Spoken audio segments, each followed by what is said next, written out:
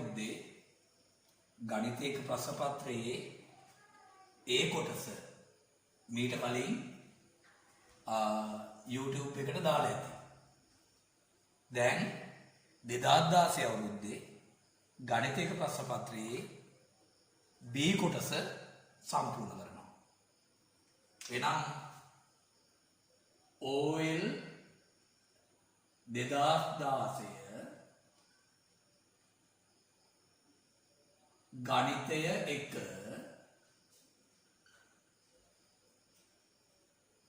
B කොටස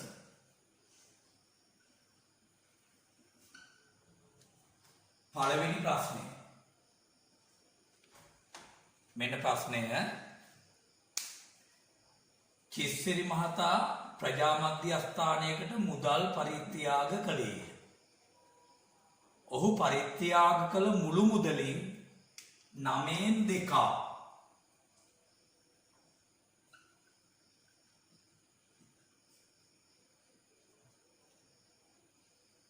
සංගීත භාණ්ඩ මිලදී ගැනීම සඳහාද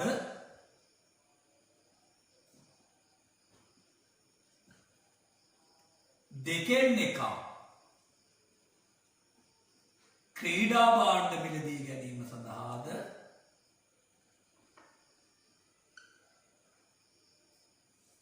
යොදා ගැනුණි.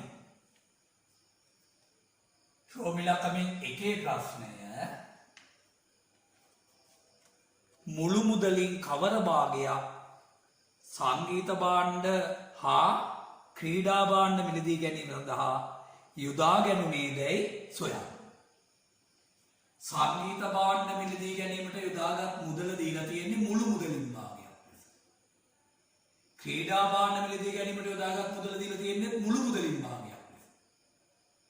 මේ දෙකම මුළු මුදලින් භාගයක් ලෙස නිසා මේ දෙක එකතු කරුවට පස්සේ මේ දෙකටම විහිළු ටික ලැබෙන්නේ මුළු මුදලින් භාගයක් ලෙස.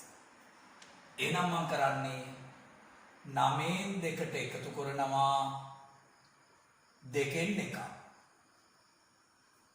ඊළඟට භාග දෙක එකතු කරනකොට හරය සමාන වෙන්න ඕනේ. මේ දෙකේ කුඩා බුදු ගුණාකාරය මේ දෙකේ විතර කුඩා සංඛ්‍යාව 18යි. මේ දෙකේම හරය 18ක් කරනවා. මෙතන උඩටලා දෙකෙන් ගුණ කරනවා.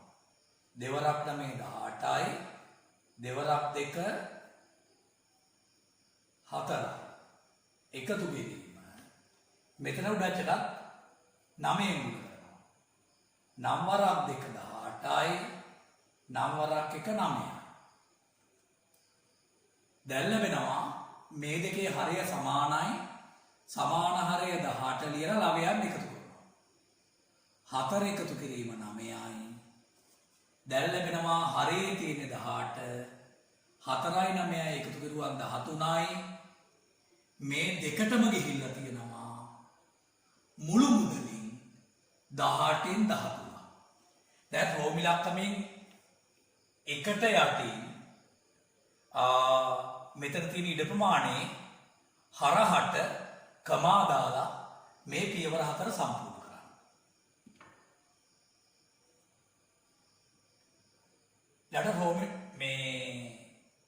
රෝමිලක්කමෙන් දෙකට යටින් වාක්‍යයක් තියෙනවා. මේ දෙකට උඩින් වාක්‍යයක් තියෙනවා මෙහෙම.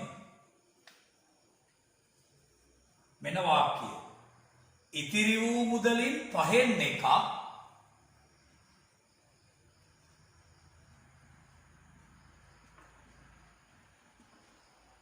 පුස්තකාලයට පොත් මිලදී ගැනීම සඳහා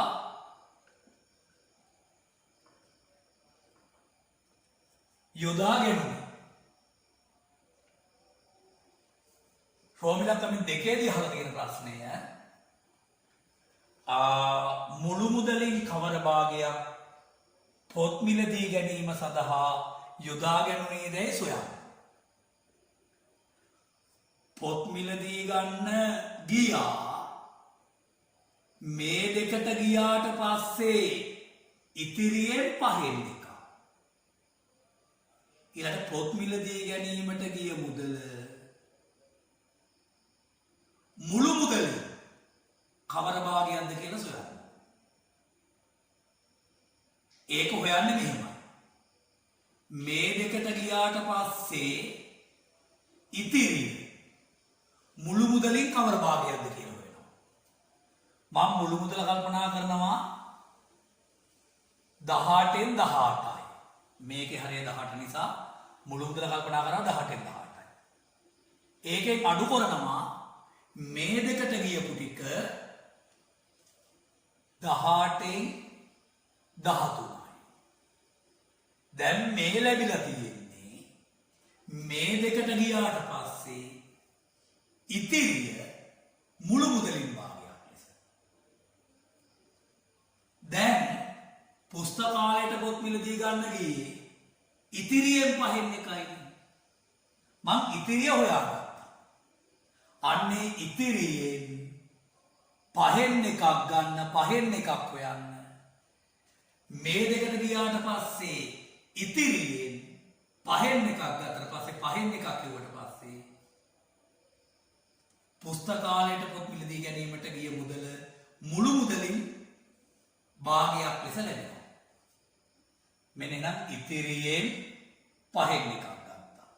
දැන් 18න් 18න් 18න් 3ක් අඩු කරුවට 13ක් අඩු කරුවට පස්සේ 18න් 5යි. මේ 18න් 5 අල්නයන්ට මම ගුණ කිරීම දානවා. ඒකෙන් ගත්තේ 5න් එකයි. දැන් භාග දෙකක් ගුණ කරන් තිනවා උඩච්චරත් එකම සංඛ්‍යාවකින් බෙදාගෙන කපා ගන්න බැරි නැතේ උඩ වෙනම ගුණ කරන්න. යට වෙනම ගුණ කරන්න. 5ට 5 වා 1යි 5ට 5 වා 1යි. තවත් කපා ගන්න බෑ. උඩ එක් වරක් එක 1යි. යට 18 වරක් එක 18යි. එනම් පුස්තකාලයට පොත් මිලදී ගැනීමට වැය කළ මුදල මුළු මුදලින් භාගයක් ලෙස 18න් 1යි. පුස්තකාලයට පොත් මිලදී ගැනීමට යෙදෙව්වේ මේ දෙකට ගියාට පස්සේ ඉතිරියෙන් නම් 5න් 1යි. පුස්තකාලයට පොත් මිලදී ගැනීමට යෙදෙව්වේ මුළු මුදලින් නම් 18න් 1යි. හරි. එහෙනම් රෝම ඉලක්කමෙන් දෙකට යටින් තියෙන ඉඩ ප්‍රමාණයේ හරහටකම දාලා මේ පියවර 3 ලියන්න. ඊළඟට රෝම ඉලක්කමෙන් 3 ප්‍රශ්නයට කලින් වාක්‍යයක් තියෙනවා. මෙන්න වාක්‍ය පොත් මිලදී ගත් පසු ඉතිරි වූ මුදල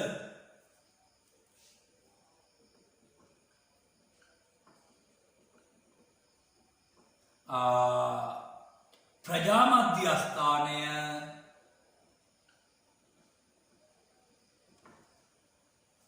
පිළිසකර කිරීම සඳහා යොදා ගැනීම. රෝම ඉලක්කමෙන් 3 ප්‍රශ්නය මුළු මුදලින් කවර භාගයක් පිළිසකර කිරීම සඳහා යොදා ගැනීමේ දැයි සොයා. හරි. දැන් මෙන්න රෝම ඉලක්කමෙන් 3 වෙනි කොටස ගන්න හැටි. සංගීත භාණ්ඩ මිලදී ගැනීමටයි ක්‍රීඩා භාණ්ඩ මිලදී ගැනීමටයි මේ දෙකටම ගියා මුළු මුදලින් 18න් 13.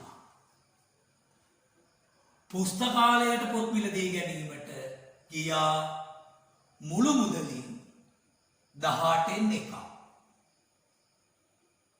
ඔය තුනටම ගියාට පස්සේ ඉතිරි මුදල ප්‍රජා මධ්‍යස්ථානය පිළිසකර කිරීමට යොදා ගන්නවා.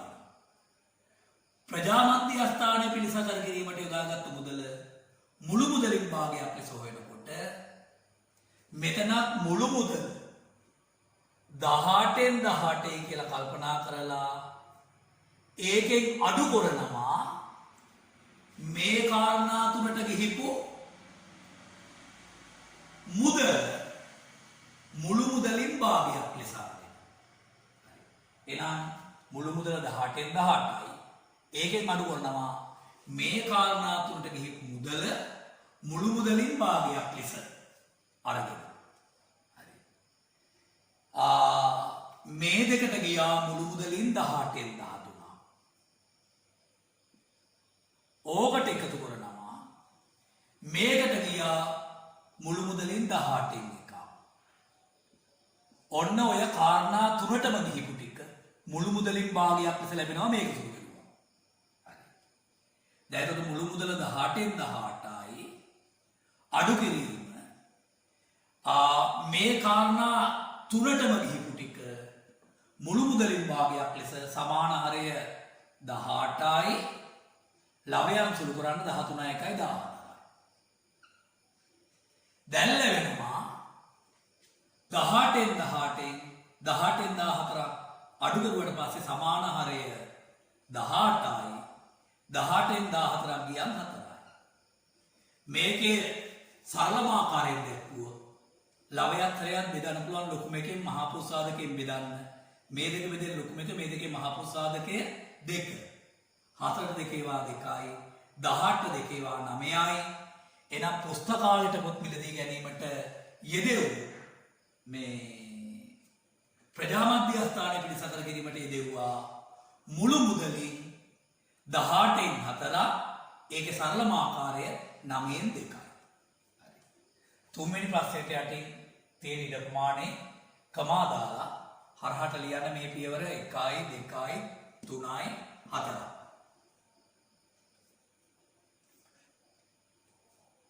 ඊළඟ රෝමි ලක්ෂණයෙන් 4 වෙනි කොටස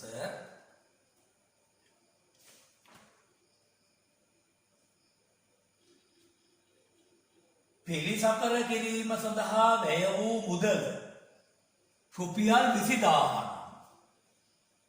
කිසිරි මහතා පරිත්‍යාග කළ මුළු මුදල සොයා. හරි. පිළිසකර කිරීම සඳහා යෙදෙව්වේ මුළු මුදලින් 9න් 2යි. ඒ කියන්නේ මුළු මුදල ගොඩවල් 9කට බෙදුවා. එයින් ගොඩවල් 2 පිළිසකර කිරීම සඳහා යොදවලා තියෙනවා. මේ ගොඩවල් දෙකේ තියෙන මුදල රුපියල් 20000යි.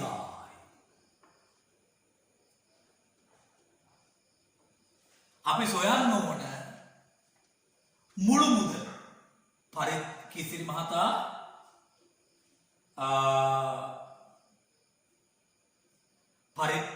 පරිත්‍යාග කළ මුළු මුදල. මුළු මුදල ගොඩවල් 9ක් නම් පිළිසකර කිරීමට යෙදුවේ ගොඩවල් 2යි. ඒ ගොඩවල් දෙකේ තියෙනවා රුපියල් 20000. එතකොට මුළු මුදල සොයන්නේ මෙහෙමයි. ගොඩවල් දෙකේ තියෙනවනේ 20000. එක ගොඩක තියෙන ගාන හොයන්න 20000 බෙදන්න ඕන දෙකේ. මේ එක ගොඩක තියෙනවා. ගොඩවල් දෙකක 20000යි. එක ගොඩක තියෙනවා මේ හොයන්න 20000 බෙදුවා දෙකේ. මුළු මුදල බෙදුවේ ගොඩවල් 9කට. එහෙනම් මුළු මුදල හොයන්න එක ගොඩක තියෙනගේ ගුණ කරන්න ගොඩවල් ගානෙන් 9. දැන් 20000 දෙකෙන් බෙදුවම් 10000යි. 10000 9න් ගුණ කරුවම් රුපියල් 90000යි. එහෙනම් හතරවෙනි ප්‍රශ්නෙට යටින් තියෙන ඉඩ ප්‍රමාණය හරහට කමා දාලා මේ පියවර දෙක ලියන්න.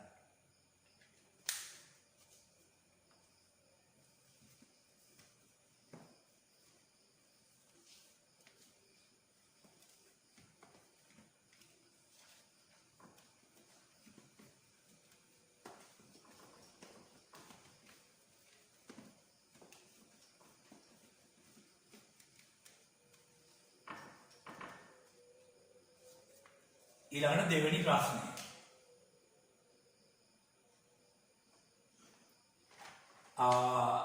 මෙන්න මේ වට ප්‍රස්ථාරය වෘත්ත ප්‍රස්ථාරය දීලා තියෙනවා.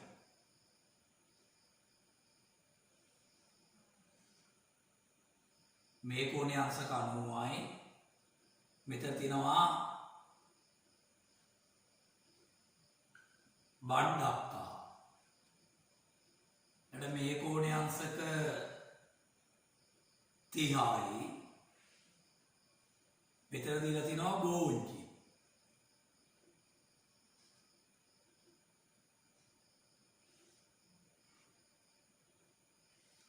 මෙතන බටු. මෙතන වට්ටක්කා. ඔන්න ගන්න කියවනවා.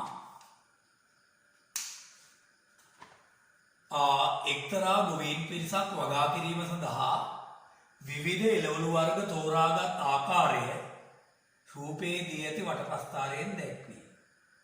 සෑම ගොවියෙක්ම එක් එළවලු වර්ගයක් පමණක් වගා කළේ.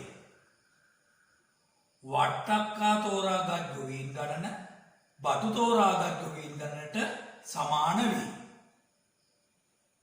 එක බටු තෝරාගත් ගොවීන් නිරූපණය කෙරෙන කේන්ද්‍රික ඛණ්ඩයේ කේන්ද්‍ර කෝණයේ විශාලත්වය සොයන්න. හරි. මෙතන මුළු ගොවීන් ගණන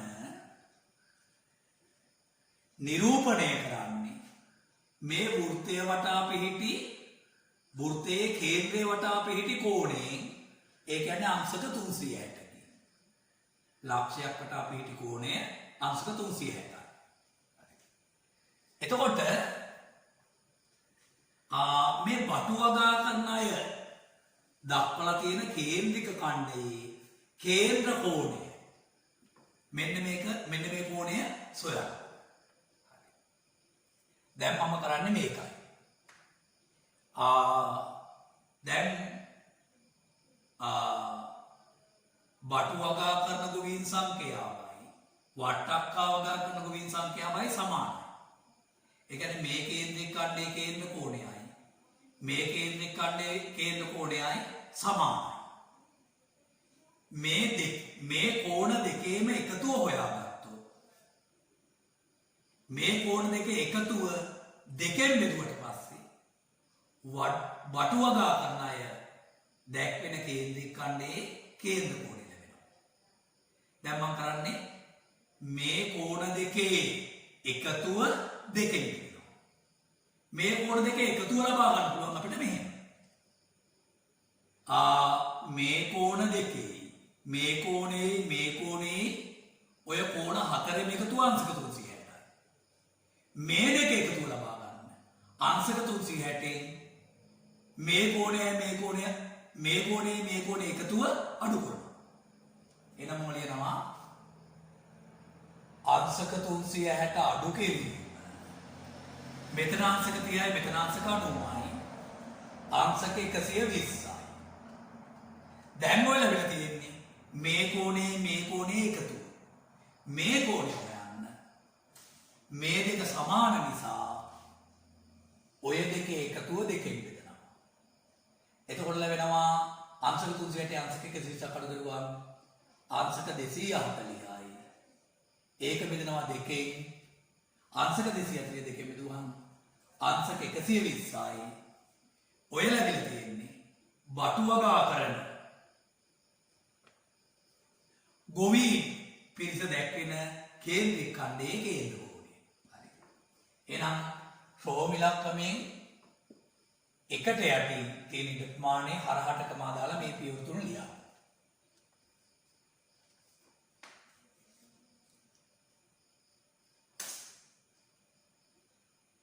ඊළඟ දෙක කොටසට කලින් වාක්‍යයක් තියෙනවා. මෙන්න වාක්‍ය බෝච්චි තෝරාගත් ගොවීන් ගාන 15කි. මෙන්න මේ බෝච්චි තෝරාගෙන තියෙන ගොවීන් ගණන 15. ෆෝමියුලාක්‍රමෙන් 2 වට්ටක්කා තෝරාගත් ගොවීන් ගණන සොයන්න. හරි. අපි දන්නවා බටු තෝරාගත් ගොවීන් ගණනයි වට්ටක්කා තෝරාගත් ගොවීන් ගණනයි සමානයි. මේ බටු තෝරාගත් ගොවීන් දැක්වෙන කේන්ද්‍රික ඛණ්ඩයේ කේන්ද්‍ර කෝණය අංශක 120 කියලා හොයාගත්තා. එහෙනම් වට්ටක්කා තෝරාගත් ගොවීන් දැක්වෙන කේන්ද්‍රික ඛණ්ඩයේ කේන්ද්‍ර කෝණයත් අංශක 120යි. මේ කේන්ද්‍ර කෝණයත් අංශක 120යි. මේ බෝංචි තෝරාගත් ගොවීන් ගාන 15 කියලා දීලා තියෙනවා. වට්ටක්කා තෝරාගත් ජොවින් ගන්න සොයන්න. මෙන්න හොයන හැටි. බෝච්චි තෝරාගත් ගොවින් ගාන දැක්වෙන කේන්ද්‍රික ඛණ්ඩයේ කේන්ද්‍ර කෝණය අංශක 30යි. අංශක 30කට අදාළ ගොවින් ගාන 15යි. අංශක 30කට අදාළ ගොවින් ගාන 15 නම් වට්ටක්කා තෝරාගත් ගොවින් ගාන දැක්වෙන කේන්ද්‍රික ඛණ්ඩයේ කේන්ද්‍ර කෝණය අංශක 120යි. අංශක 120කට අයිති ගොවින් ගාන කොච්චරද? අංශක 30කට අයිති ගොවින් ගාන 15 නම් අංශක 120කට අයිති ගොවින් ගාන කීයද? මෙතන හරිය තියෙන එක භාග දෙකක් ගුණ කරන් තියෙනවා කියලා හිතා ගන්න. බෙදා ගන්න බැරි නැතේ කපා ගන්න බැරි නැතේ උඩ ඇතුළත් එක සංඛ්‍යාවකින් බෙදාගෙන කපාගෙන උඩ වෙනම ගුණ කරනවා යට වෙනම ගුණ කරනවා. අංශක වලට අංශක කැපෙනවා ඒකක එන්නේ නැහැ. බිඳුවට බිඳුව කැපෙනවා. ඊළඟට 3වා 4යි 3වා 1යි.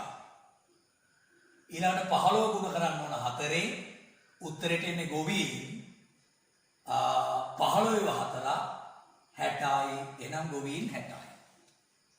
එනම් රෝමි ලක්ෂණෙන් දෙකට යටින් තියෙන ප්‍රමාණය හරහට තමා දාලා මේ පියවර දෙක ලියන්න.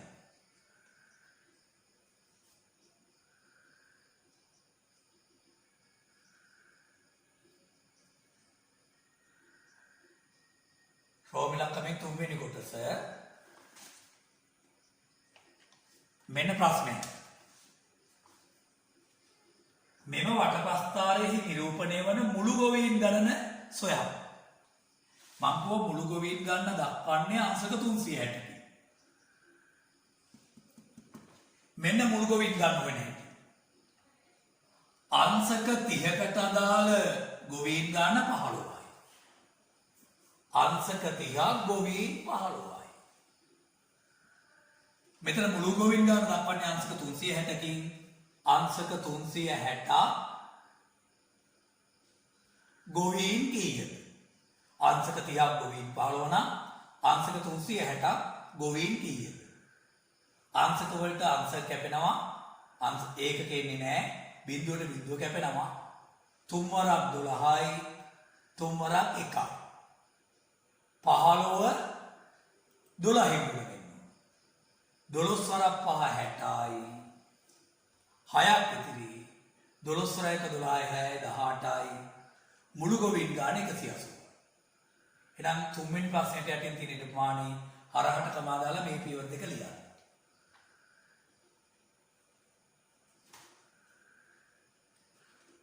හතරවෙනි අංකයට උඩින් වාක්‍යයක් තියෙනවා. මම ඒ වාක්‍ය කියවනවා. මෙන්න හතරවෙනි කොටස උඩින් තියෙන වාක්‍යය. වසරකට පසු බටු වගා කරමින් සිටි ගොවී 20 දෙනෙක්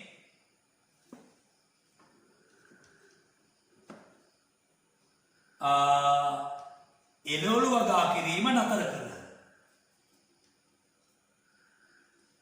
ඊළඟට හතරවෙනි කොටසේ ප්‍රශ්නය හැටියට දීලා තියෙනවා.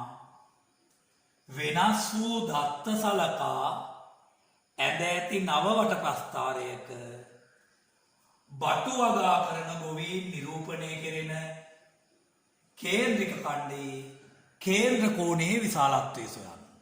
හරි.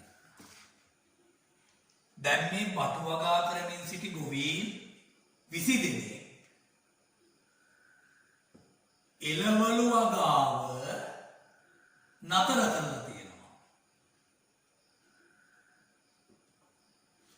එතකොට මෙතන බටු වගා කරන ගොවීන් ප්‍රමාණය මේ බටු වගා කරන ගොවීන් ප්‍රමාණය අපිට කල්පනා කරන්න පුළුවන්. වට්ටක්කා වගා කරන ගොවීන් ගණනයි බටු වගා කරන ගොවීන් ගණනයි සමානයි. වට්ටක්කා වගා කරන ගොවීන් ගණන 60 නිසා බටු වගා කරන ගොවීන් ගණන 60යි. මේ ගොවීන් ගණන 60 කියලා අපිට කල්පනා කරන්න පුළුවන්. හරි. මේ බටු වගා කරමින් සිටි ගොවීන්ගේ ඒ කියන්නේ මෙතන 60 කියලා අපිට මතක් වෙනවා. 20 එළවලු වගා කිරීම නතර කරනවා. ඒ කියන්නේ බටු වගා කරන්නෙත් නැහැ වෙන මොනක්වත් වගා කරන්නෙත් නැහැ. එතකොට බටු වගා කරමින් සිටි 60 40ක් බවට පත් වෙනවා. 20ක් අඩු වුණාට පස්සේ 40යි. මුළු ගොවීන් ගාන අපි හොයාගත්ත මෙතන 180යි. මුළු ගොවීන් ගන්නනොත් මේ 20 අඩු වෙනවනේ. මෙතන 40ක් වෙනකොට මුළු ගොවීන් 180ෙන් 20ක් අඩු වෙනවා. මුළු ගොවීන් 160යි එතකොට. මුළු ගොවීන් එතකොට 160යි. හරි. ඔන්න දැන් වෙනස් වූ දත්ත. බටු වගා කරන ගොවීන් ගාන දැන් ඉන්නේ 40යි. මුළු ගොවීන් ගාන දැන් ඉන්නේ 160යි. ඔන්න ඔය තොරතුරු වලට අදාළව අදින ලද නව වට ප්‍රස්ථාරයක මෙන්න මේ බටු වගා කරන අය දැක්වෙන කේන්ද්‍රික ඛණ්ඩයේ කේන්ද්‍ර කෝණය සොයන්න. මේ කෝණය සොයන්න. ඔන්න නම් මේ වෙනස් වූ දත්ත වලට අදින ලද අලුත් වට ප්‍රස්ථාරය බටු වගා කරන අය දැක්වෙන කේන්ද්‍රික ඛණ්ඩයේ කේන්ද්‍ර කෝණය හොයනවා. හරි. මෙතන මුළු ගොවීන් ගාන 160යි. මුළු ගොවීන් ගාන 160 නිරූපණය කරන්නේ මේ කේන්ද්‍රය වටා පිහිටි කෝණයෙන් අංශක 360. ගොවීන් 160 අංශක 360 නම් දැන් බටු වගා කරන ගොවීන් ඉන්නේ 40යි. ගොවීන් 40ක් අංශක කීයද? ගොවීන් 160 අංශක 360 නම් ගොවීන් 40ක් අංශක කීයද? දැන් මෙතන අතට තියෙන එක භාග දෙකක් ගුණ කරන් තියෙනවා කියලා හිතන්න. බෙදා ගන්න බැරි නැතේ කපා ගන්න බැරි නැතේ උඩචරතික සංඛ්‍යාවකින් බෙදාගෙන කපාගෙන උඩ වෙන මොකද කරනවා යට වෙන මොකද කරනවා මෙන්න මේ බිඳුවට මේ බිඳුව කපනවා 4 වරක් 1යි 16ට 4 වරක් 4යි 360ට 4ෙන් බෙදන්න. මේ කොනේ ඉඳලා බෙදන්නේ 36ට 4 වරක් 9යි බිඳුවට 4 වරක් බිඳුවයි අංශක 90යි. එහෙනම් මේ වෙනස් වූ දත්තවලට අදාළව අදින් ලද නව වට ප්‍රස්ථාරයේ බටු වගා කරන ගොවීන් ගාන දැක්වෙන කේන්ද්‍රික ඛණ්ඩයේ කේන්ද්‍ර කෝණය වෙන්නේ අංශක 90යි. කලින් බටු වගා කරන අයට අදාළ කේන්ද්‍රික ඛණ්ඩයේ කේන්ද්‍ර කෝණය උනේ අංශක 120යි. දැන් බටු වගා කරන අයට අදාළ කේන්ද්‍රික ඛණ්ඩයේ කේන්ද්‍ර කෝණය වෙන්නේ අංශක 90යි. දැන් හතරවෙනි ප්‍රශ්නෙට තියෙන ප්‍රමාණය කමා දාලා මේ පියවර දෙක ලියන්න.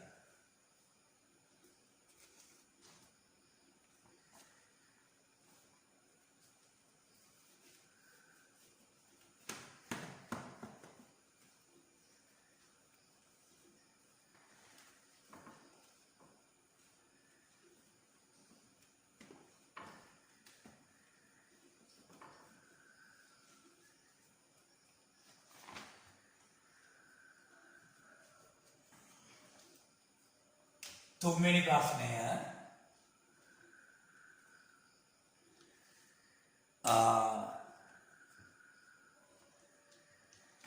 තුන්වෙනි ප්‍රශ්නය දීලා තියෙන්නේ කොටස් වෙළඳ පොළ කියන පාඩමෙන්.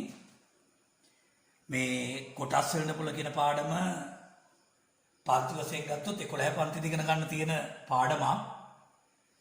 මේ මම YouTube එකේ වීඩියෝ මගින් කොටස් වෙළඳ පොළ ඉගෙන ගන්න අවස්ථාව ලබා දෙනවා.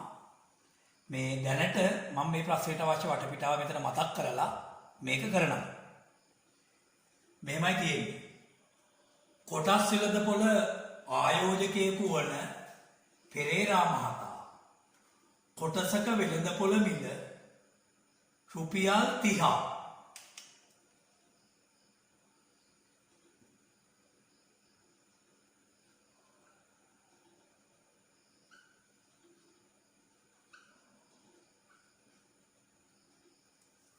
වන සමාගමක කොටස් මිල දී ගැනීමට රුපියල් 40000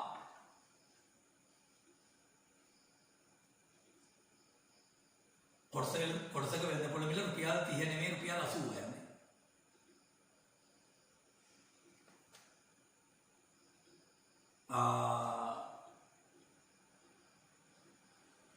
රුපියල් 40000 ආයෝජනය කළා.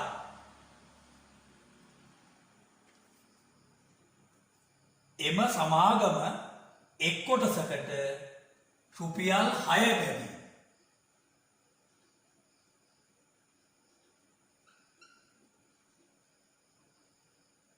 වාර්ෂික ලාභාංශ ගෙවයි.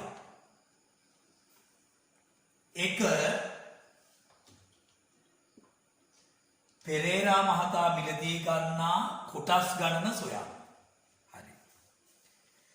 මේ කොටස් වෙළඳපොළ පාඩම ඉගෙන ගන්නකොට මේ පිළිබඳව හොඳ අවබෝධයක් ලබා ගන්න පුළුවන්.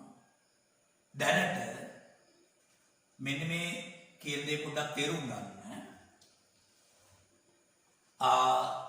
සමාගමක ප්‍රාග්ධනය ලබා ගැනීම සඳහා මහජනතාව හවුල් කරගන්න සම්බන්ධ කරගන්න ඒකකය තමයි කොටස් කියලා කියන්නේ.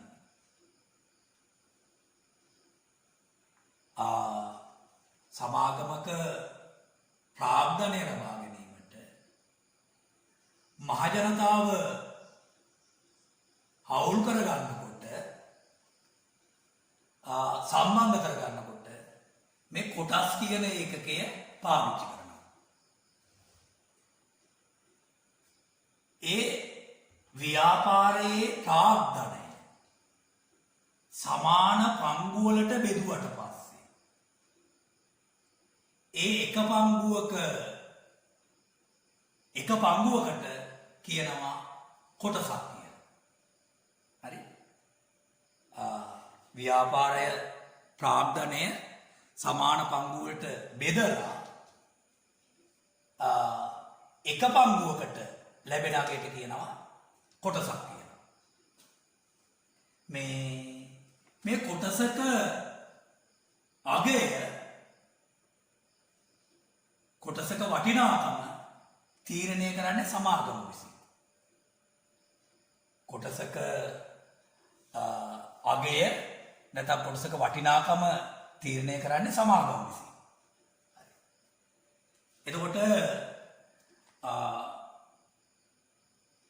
ව්‍යාපාරයක කොටස් මිලදීගෙන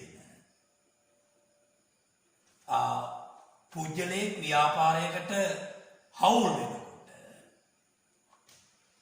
සමාගමක කොටස් ආරම්භක මිලට මිලදී ගන්නත් පුළුවන්. ආරම්භක මිලට මිලදී ගන්න පුළුවන් අවස්ථා ලැබෙනවා. එහෙම නැතුව දැන් මේ සමාගමක කොටසක මිල තීරණය කෙරුවට පස්සේ මේ සමාගමට තියෙන ඉල්ලුමත් එක්ක මේ කොටසකට වෙළඳපොළේදී හැදෙනවා අලුත් මිල. ඒකට අපි කියන්නේ කොටසක වෙළඳපොළ මිල කියලා. අන්නේ කොටසක වෙළඳපොළ මිලට කොටස් මිලදී ගන්න පුළුවන්. සමාගමක කොටස් මිලදීගෙන සමාගමට හවුල් වෙනකොට සමාගමක කොටස් ආරම්භක මිලට මිලදී ගන්න ලැබෙන අවස්ථා තියෙනවා. එහෙම නැත්නම් මේ සමාගමක කොටස් වලට ඇතිවන ඉල්ලුම වෙළඳපොළේදී මේ කොටස් වලට හැදෙනවා අලුත් මිල. ඒකට අපි කියන්නේ කොටසක වෙළඳපොළ මිල කියලා. අන්න මේ කොටසක වෙළඳපොළ මිලට කොටස් මිලදී ගන්නත් පුළුවන්. එතකොට සමහර අවස්ථාවලදී කොටස් ඒ සමාගමේ ආරම්භක මිලට කොටස් මිලදී ගන්න අවස්ථාව ලැබෙනවා. එහෙම නැත්නම් සමාගමේ කොටස් වෙළඳපොළ මිලට මිලදී ගන්න පුළුවන් වෙනවා. සමහර අවස්ථාවලදී සමාගමේ කොටස් ආරම්භක මිලට මිලදී ගන්න අවස්ථාව ලැබෙනවා. එහෙම නැත්නම් සමාගමේ කොටස් වෙළඳපොළ මිලට මිලදී ගන්න පුළුවන් වෙනවා. හරි. මම ඔය පොඩි වටපිටාවක් කිව්වේ. මම තවත් අවශ්‍ය දේවල් ඒ ප්‍රශ්නේ සාකච්ඡා කරන ලවට කියන්නම්. දැන් මෙතන රෝමිලක මේකෙදි හොයන්න ඕන පෙරේරා මහතා මිලදී ගන්න කොටස් ගන්න. දැන් අපිට පැහැදිලි පෙරේරා මහතා කොටස් මිලදීගෙන තියෙන වෙළඳපොළ මිලට. ඒ සමාගමේ ආරම්භක මිලට කොටස් මිලදී ගන්න අවස්ථාව ලැබිලා නැහැ. සමාගමේ වෙළඳපොළ මිලට තමයි කොටස් මිලදී ගෙන තියෙන්නේ. તો කොටසක වෙළඳපොළ මිල වෙලා තියෙන කොටසක් ගන්න ලැබිලා තියෙන රුපියල් 80ට. කොටස් ගන්න ආයෝජනය කළ තිනවා යොදවල තිනවා රුපියල් 40000. ගන්න පුළුවන් කොටස් ගන්න වෙනකොට මේ 40000 බෙදන්න ඕන 80. මේ 40000ට මට කියන්න පුළුවන් කොටස් වල වෙළඳපොළ මිල කියලා. කොටස් ගන්න කොටස් ඔක්කොගෙම වෙළඳපොළ මිල. මේ 80 කියන්නේ කොටසක වෙළඳපොළ මිල. එහෙනම් කොටස් වල වෙළඳපොළ ඒ කියන්නේ කොටස් ගැනීමට යොදවන මුදල 40000 බෙදනවා කොටසක වෙළඳපොළ මිලෙන් 80 දැන්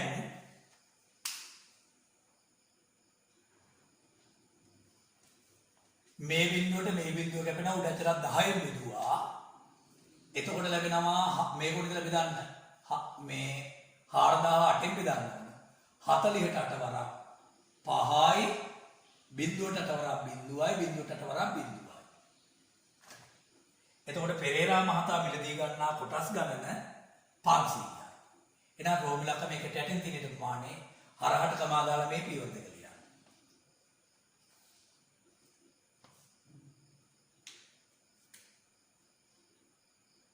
දෙවෙනි කොටස පෙරේරා මහතාට ලැබෙන වාර්ෂික ලාභාංශ ආදායම සොයන්න. හරි. මේකේ ටික අහගන්න. දැන් සමාගමක කොටස් මිලදීගෙන ඒ සමාගමේ මුදල් ආයෝජනය කිව්වට පස්සේ ඒ මුදල් ආයෝජනය කරපු පුජ්‍යලයට අවුරුද්දකට වරක් ලාභාංශ ආදායම ලැබෙනවා කොටසකට මුදලක් වශයෙන්. මෙතන නම් වාර්ෂික ලාභාංශ ආදායම ගෙවන්නේ කොටසකට රුපියල් 6යි. සමාගමකට මුදල් යොදවලා සමාගමක හවුල්කරුවෙක් වුණාට පස්සේ සෑම අවුරුද්දක් අවසානයේදීම ඒ සමාගමෙන් වාර්ෂික ලාභාංශ ආදායමක් ලැබෙනවා. වාර්ෂික ලාභාංශ ආදායම ගෙවන්නේ කොටසකට මුදලක් වශයෙන්. මෙතන නම් වාර්ෂික ලාභාංශ ආදායම ගෙවනවා කොටසකට රුපියල් 6ක්.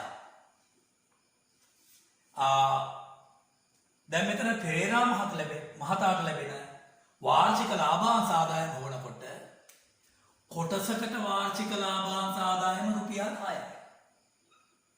ඒක ගුණ කරනවා මිලදීගෙන තියෙන කොටස් ගන්න 500යි. එනම් වාර්ෂික ලාභාංශ ආදායම වුණකොට කොටසකට ගෙවන වාර්ෂික ලාභාංශ ආදායම ගුණ කරන්න ඕන කොටස් ගන්න. දැන් ලැබෙනවා රුපියල් 506 ගුණ කරුවොත් 6 වරක් 0.0 6 වරක් 0.0 6 වරක් 5 30යි රුපියල් 3000.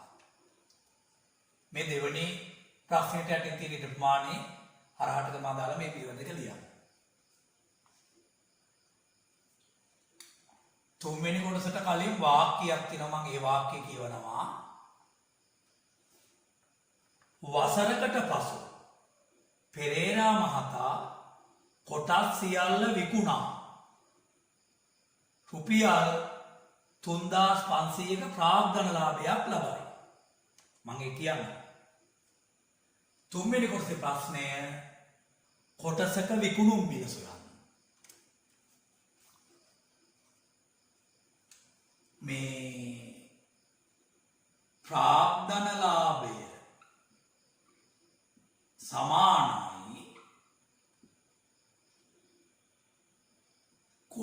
වල විකුණුම් මිල අඩු කිරීම කොටස් වල ගැනුම් මිල. එනම් ප්‍රාග්ධනලාභය හොයන සූත්‍රය තමයි ප්‍රාග්ධනලාභය සමානයි කොටස් වල විකුණුම් මිල අඩු කිරීම කොටස් වල ගැනුම් මිල. දැන් මෙතන ප්‍රාග්ධනලාභය රුපියල් 3500යි. අපි දන්නවා කොටස් වල ගැනුම් මිල රුපියල් 43000යි. මේ කොටසක විකුණුම් මිල සොයන්න ඕන. මේ කොටස් වල විකුණුම් මිල සොයාගත්තොත් කොටස් ඔක්කොගේම විකුණුම් මිල සොයාගත්තොත් කොටස් 500ක් තියෙන නිසා කොටස් ඔක්කොගේම විකුණුම් මිල 500ෙන් විකුණුවට පස්සේ කොටසක විකුණුම් මිල හොයාගන්න පුළුවන්. දැන් එනම් ඔයාලට පැහැදිලි මේ ප්‍රාග්ධනලාභය රුපියල් 3500 ලැබෙන්නේ කොටස් ටික ගත්තු මුදලට වඩා මේ කොටස් ටික විකුණන මුදල 3500කින් වැඩි නිසානේ. කොටස් ටික ගත්තු මිලට වඩා කොටස් ටික විකුණු මිල රුපියල් 3500කින් වැඩි.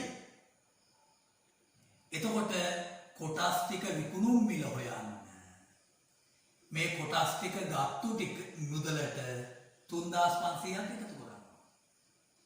එතකොට කොටස් ටිකේ විකුණු මිල වෙන්නේ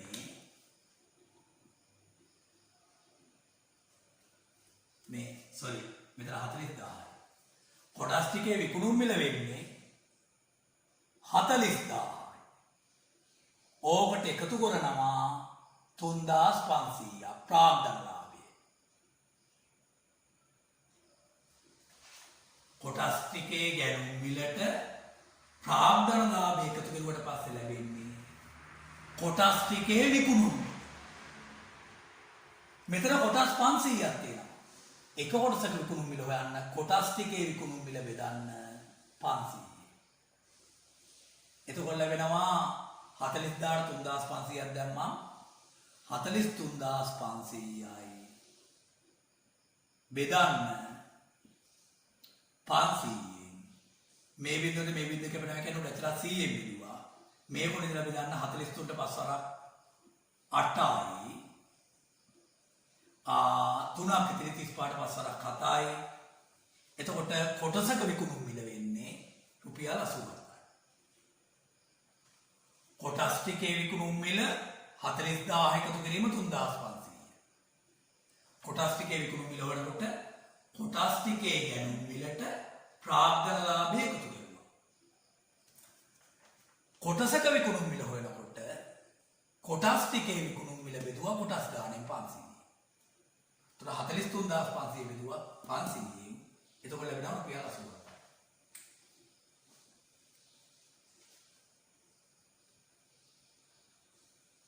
හතරවෙනි කොටසට උඩින් තියෙනවා වාක්‍යයක් මම ඒක කියවනවා.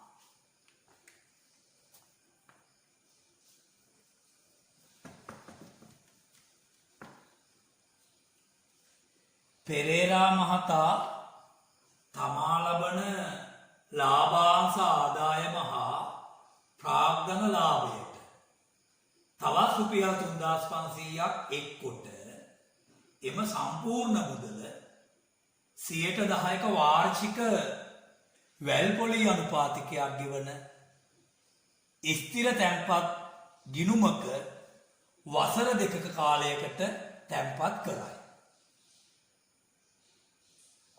හතරවෙනි කොටසේ ප්‍රශ්නය වසර 2 අවසානයේ ගිණුමේ ඇති මුළු මුදල සොයන්න. හරි. ඉදිරියේදී YouTube එකේ වීඩියෝ මගින් ප්‍රතිශත පාඩමක් ඉගෙන ගන්න අවස්ථාව ලැබෙනවා. ඒ ප්‍රතිශත පාඩමේදී සුළු පොලිය, වැල් පොලිය, හීනවන ශේෂ ක්‍රමයට පොලිය ගණනය කිරීම ඒ ඔක්කොම ඉගෙන ගන්න අවස්ථාව ලැබෙනවා. මම මෙතන පොඩි පැහැදිලි කිරීමක් කරනවා. මේ සුළු පොලියේදී පොලිය ගණන් බලනකොට ණය මුදල පමණක් පදනම් කරගෙන පොලිය ගණන් බලනවා. වැල් පොලියේදී පොලිය ගණන් බලනකොට පොලියටත් පොලිය ගණන් බලනවා. සුළු පොලියේදී පොලිය ගණන් බලනකොට ණය මුදල පමණක් පදනම් කරගෙන පොලිය ගණන් බලනවා. හරිද? වැල් පොලියේදී පොලිය ගණන් බලනකොට පොලියටත් පොලිය ගණන් බලනවා. දැන් සුළු පොලිය ක්‍රමයේ යටතේ අවුරුදු 2කට පොලිය ගණන් බලන්න ගියොත් එක අවුරුද්දකට පොලිය ගණන් බැලුවට පස්සේ ඒක දෙකෙන් ගුණ කරුවම අවුරුදු 2කට පොලිය ලැබෙනවා. පළවෙනි අවුරුද්දට අය කරන පොලියමයි දෙවෙනි අවුරුද්දට අය කරන්නේ. හරි? සුළු පොලිය යටතේ අවුරුදු 2කට පොලිය ගණන් බලන්න ගියාට පස්සේ පළවෙනි අවුරුද්දට පොලිය ගණන් බැලුවට පස්සේ ඒක දෙකෙන් ගුණ කරුවම අවුරුදු 2කට පොලිය ලැබෙනවා. පළවෙනි අවුරුද්දට අය කරන පොලියට එකමයි දෙවෙනි අවුරුද්දට පොලිය අය කරන්නේ. වැල් පොලියේදී පොලිය ගණන් බලන්න ගිය වැල් පොලියේදී අවුරුදු 2කට පොලිය ගණන් බලන්න ගියොත් පළවෙනි අවුරුද්දට පොලිය බැලුවට පස්සේ ඒ ලැබෙන පොලිය ටික අර ණය මුදලට එකතු කරලා දෙවෙනි අවුරුද්දේ ණය මුදලේ පළවෙනි අවුරුද්දේ පොලිය ටිකේ එකතුවට ඒ ඔක්කොටම පොලිය ගණන් බලනවා. ඒ කියන්නේ දෙවෙනි අවුරුද්දේදී පළවෙනි අවුරුද්දේ පොලිය ටිකටත් පොලිය ගණන් බලනවා.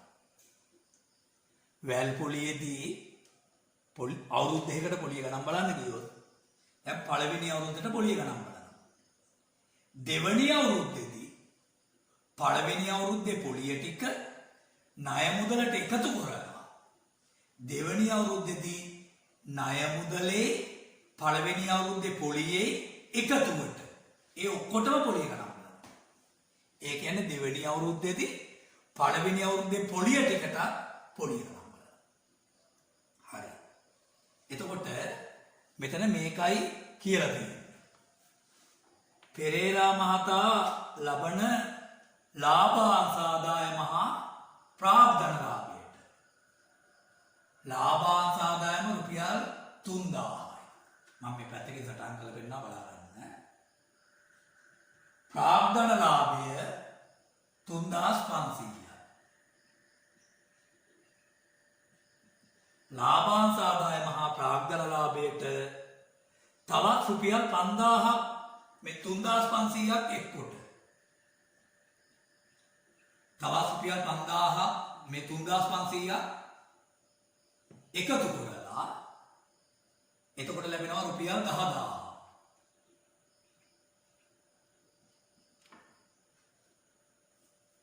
එක්කොට එම සම්පූර්ණ මුදල 10%ක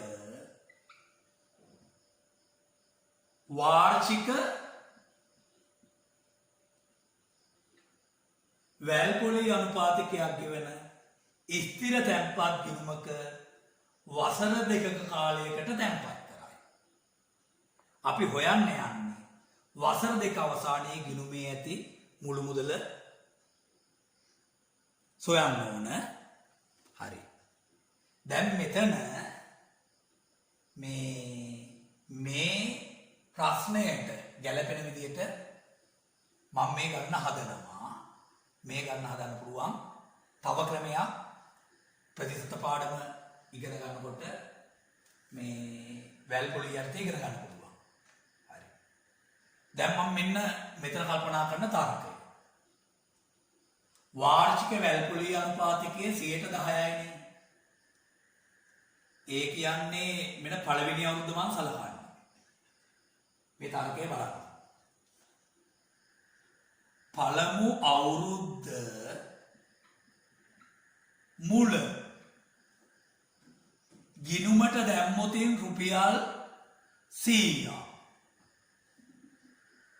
වාර්ෂික වැල්පොලි අනුපාතිකයේ 10% නිසා මම මේ 100 ගත්තේ. එතකොට පළමු අවුරුද්ද අග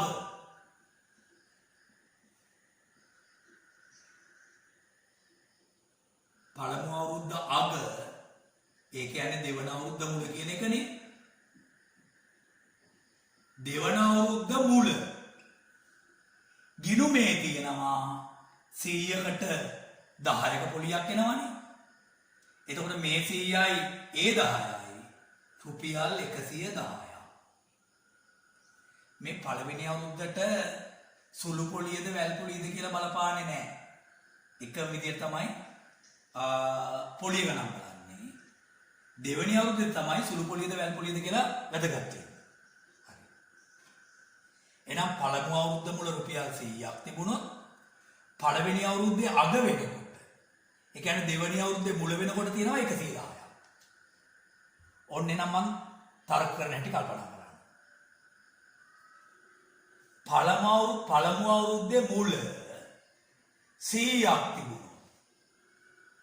පළමු අවුරුද්ද අග වෙනකොට 110ක් වෙනවනේ. 100ක් 110ක් වෙනවා නම් පළවෙනි අවුරුද්දේ මුල 10000ක් දැම්මොත් පළවෙනි අවුරුද්දේ අග වෙනකොට කීයක් වෙනවද? පළවෙනි අවුරුද්දේ මුල 100ක් තිබිච්ච එක පළවෙනි අවුරුද්දේ අග වෙනකොට 110ක් වෙනවා නම් පළවෙනි අවුරුද්දේ මුල 10000ක් තියෙනකොට පළවෙනි අවුරුද්දේ අග වෙනකොට කීයක් වෙනවද? 100 110ක් වෙනවා නම් 10000 කීයක් වෙනවද? 100 110 නම් 10000 කීයක් වෙනවද? මෙතන යට තියෙන එක බෙදා ගන්න බැරි නැතේ කපා ගන්න බැරි නැතේ උඩ චරතික මතකයෙන් බෙදාගෙන කපාගෙන උඩ වෙන මූණ කරනවා යට වෙන මූණ කරනවා. මේ බිඳුවට මේ බිඳුව කැපුවොත් මේ බිඳුවට මේ බිඳුව කැපුවොත් මෙතන 1000 11 ගුණ කෙරුවොත් රුපියල් 11000යි. එහෙනම් මේ කියන විදිහට පළවෙනි අවුරුද්දේ මුල ගිණුමට රුපියල් 10000ක් දැම්මා. පළවෙනි අවුරුද්දේ අග වෙනකොට ඒ කියන්නේ දෙවෙනි අවුරුද්ද මුල වෙනකොට ගිණුමේ තියෙනවා 11000. දැන් ඔන්න මම නැවතත් තර්කයක් ගන්නවා. දැන් කලින් ගත්තේ මේකනේ. ඔය අවධානයෙන් ඉන්න. මම ගන්නවා දෙවන අවුරුද්ද මුල රුපියල් 100ක් තිබුණොත් මෙතන වාර්ෂික වැල්පොලි අනුපාතිකයේ 10% නිසා දෙවන අවුරුද්දේ මුල 100ක් තිබුණොත් දෙවන අවුරුද්දේ අග වෙනකොට ඒක 110ක් වෙනවනේ. 100ක් තිබුණොත් 110ක් වෙනවා. දැන් අපි දන්නවා දෙවන අවුරුද්දේ මුල වෙනකොට පළවෙනි අවුරුද්දේ අගය කියන්නේ දෙවෙනි අවුරුද්දේ මුල. දෙවෙනි අවුරුද්දේ මුල වෙනකොට තියෙනවා 11000. දෙවෙනි අවුරුද්දේ මුල තියෙනවා 11000. එහෙනම් දෙවෙනි අවුරුද්දේ අග වෙනකොට මේක කීයක් වෙනවද කියලා හොයන්න. හරි. මෙතන පළවෙනි අවුරුද්දේ මුල තිබුණේ 10000යිනේ. ඒක අපි පළවෙනි අවුරුද්දේ අග වෙනකොට කීයක් වෙනවද කියලා හිතුවා. පළවෙනි අවුරුද්දේ අග වෙනකොට ඒක 11000ක් වෙනවා කියලා අපි හොයාගත්තා. දැන් මෙතන දෙවෙනි අවුරුද්දේ මුල වෙනකොට තියෙනවා 11000. දෙවෙනි අවුරුද්දේ අග වෙනකොට ඒක කීයක් වෙනවද කියලා අපි හොයමු. දෙවෙනි අවුරුද්දේ මුල 100ක් තිබුණා නම් ඒක දෙවෙනි අවුරුද්දේ වෙනකොට 110ක් වෙනවා. දෙවෙනි අවුරුද්දේ 11000ක් තියෙනවා. මුල 11000ක් තියෙනවා. දෙවෙනි අවුරුද්දේ අග වෙනකොට කීයක් තියෙනවද කියලා බලමු. මෙන්න ඒ තර්කය. 100ක් නම් 110ක් වෙනවා. මේ තියෙන්නේ 100ක් නම් 110ක් වෙනවා. එහෙනම් 11000ක් කීයක් වෙයිද? එතකොට ලැබෙනවා මේ බිඳුවට මේ බිඳුව කැපෙනවා මේ බිඳුවට මේ බිඳුව කැපෙනවා 1111 ගුණ කරන්න ඕන රුපියල් 11 සරක් බිඳුව 11 සරක් බිඳුවයි 11 සරක් 11 121යි එතකොට දෙවනි අවුරුද්දේ අග වෙනකොට ගිණුමේ තියෙනවා 12100. හරි. මේ නැවතත් තනියෙන් හොඳට මේක කල්පනා කරන්න. එතකොට මේක තේරෙයි. එහෙනම් රෝගිලක්කමෙන් 4 ප්‍රශ්නයක යටින් තියෙන ඉඩ ප්‍රමාණය හරහට ක්‍රමා දාලා මේ පියවර 4 ලියන්න. පළවෙනි අවුරුද්දේ මුල 100ක් තිබුණොත් පළවෙනි අවුරුද්දේ අග වෙනකොට 110ක් වෙනවා. එහෙනම් පළවෙනි අවුරුද්දේ මුල 10000ක් තිබුණොත් පළවෙනි අවුරුද්දේ අග වෙනකොට කීයක් වේද? 11000ක් වෙනවා. මේ පළවෙනි අවුරුද්දේ අග. ඒ කියන්නේ දෙවෙනි අවුරුද්දේ මුල වෙනකොට තියෙන මුදල. ඊළඟට තර කරා මෙහෙම. දෙවෙනි අවුරුද්දේ මුල 100ක් තිබුණොත් දෙවෙනි අවුරුද්දේ අග වෙනකොට 110ක් වෙනවා.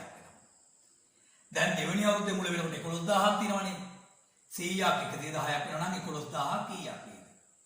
11000ක් කීයක් වෙනවද? 12100ක් වෙනවා. හරි.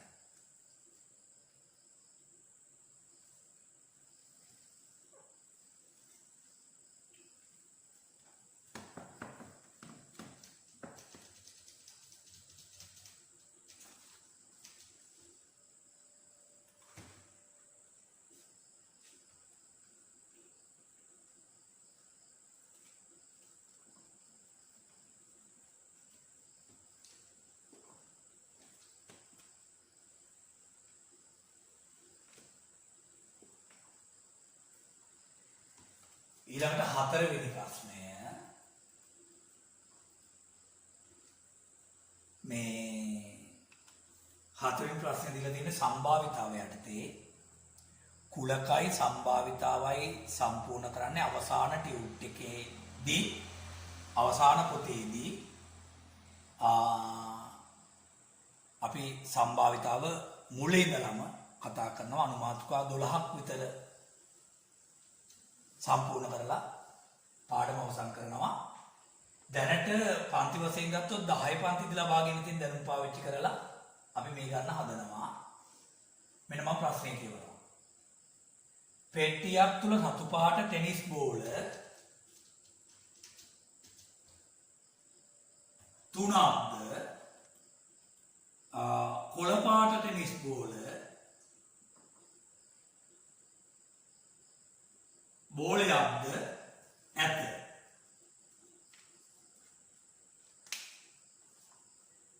පෙට්ටියෙන් බෝලයක් ඉවතටගෙන එහි පාට සටහන් කර එය ආපසු දමනු ලැබේ.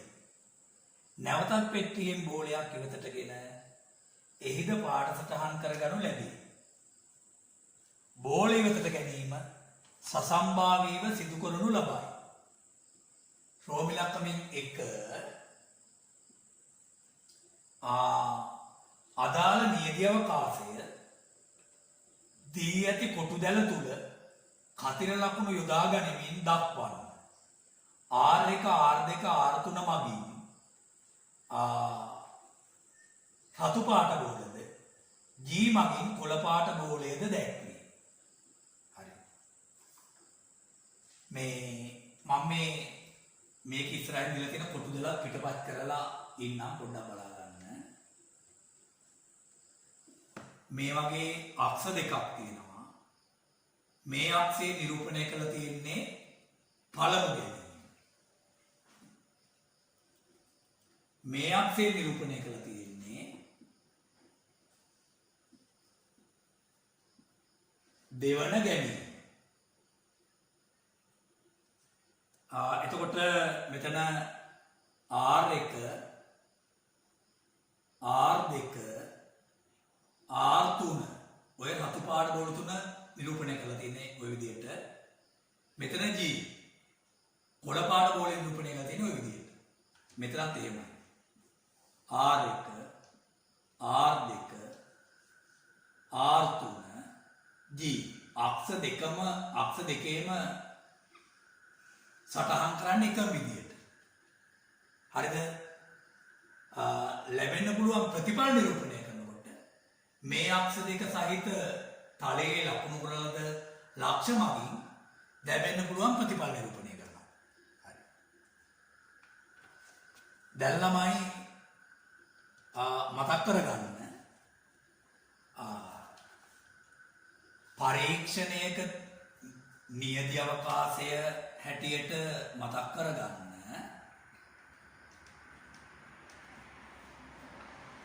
පරීක්ෂණයකදී ලැබිය හැකි සියලුම ප්‍රතිඵල අඩංගු කුලකය. නියති අවකාශය කියන්නේ පරීක්ෂණයකදී ලැබිය හැකි සියලුම ප්‍රතිඵල අඩංගු කුලකය. නියති අවකාශය දැක්වීමට S අකුර පාවිච්චි කරනවා. නියති අවකාශය දැක්වීමට S අකුර පාවිච්චි කරනවා. අර නියති අවකාශයේ අවයව ගාන තමයි NS කියලා ලියන්නේ. නියති අවකාශයේ අවයව ගාන ලැබෙන්න පුළුවන් සියලුම ප්‍රතිඵල ගාන NS කියලා දක්වනවා. පරීක්ෂණයක නියති අවකාශය දක්වන්න පුළුවන් එක ක්‍රමයක් තමයි කොටු දෙකක් මගින්. පරීක්ෂණයක නියති අවකාශය දක්වන්න පුළුවන් එක ක්‍රමයක් කොටු දෙකක් මගින්. හරි. දැන් මේ පරීක්ෂණයේ නියති අවකාශය මේ කොටු දැල මගින් මම නිරූපණය කරනවා. මෙන්න මේ ලක්ෂයෙන් කියවෙන්නේ පළමුව අවස්ථාවේ රතු පාට බෝලයක්, දෙවෙනි අවස්ථාවේ රතු පාට බෝලයක්. පළමුව රතු එක, දෙවෙනුව රතු එක. මෙන්න පළමුව රතු බෝලයක්, දෙවෙනුව රතු බෝලයක්. ඒ කියන්නේ රතු දෙක, රතු දෙක. පළමුව රතු බෝලයක්, දෙවෙනුව රතු බෝලයක්. ඒ කියන්නේ රතු තුන, මෙතන රතු දෙක, රතු එක, මෙතන රතු තුන, රතු එක. මෙතන පළමුව කොළ බෝලයක්, දෙවෙනුව රතු බෝලයක්. කොළ බෝලේ මෙතන රතු එක. ඔය විදිහට මේ හැම ප්‍රතිඵලයක්ම අපිට කියවන්න පුළුවන්.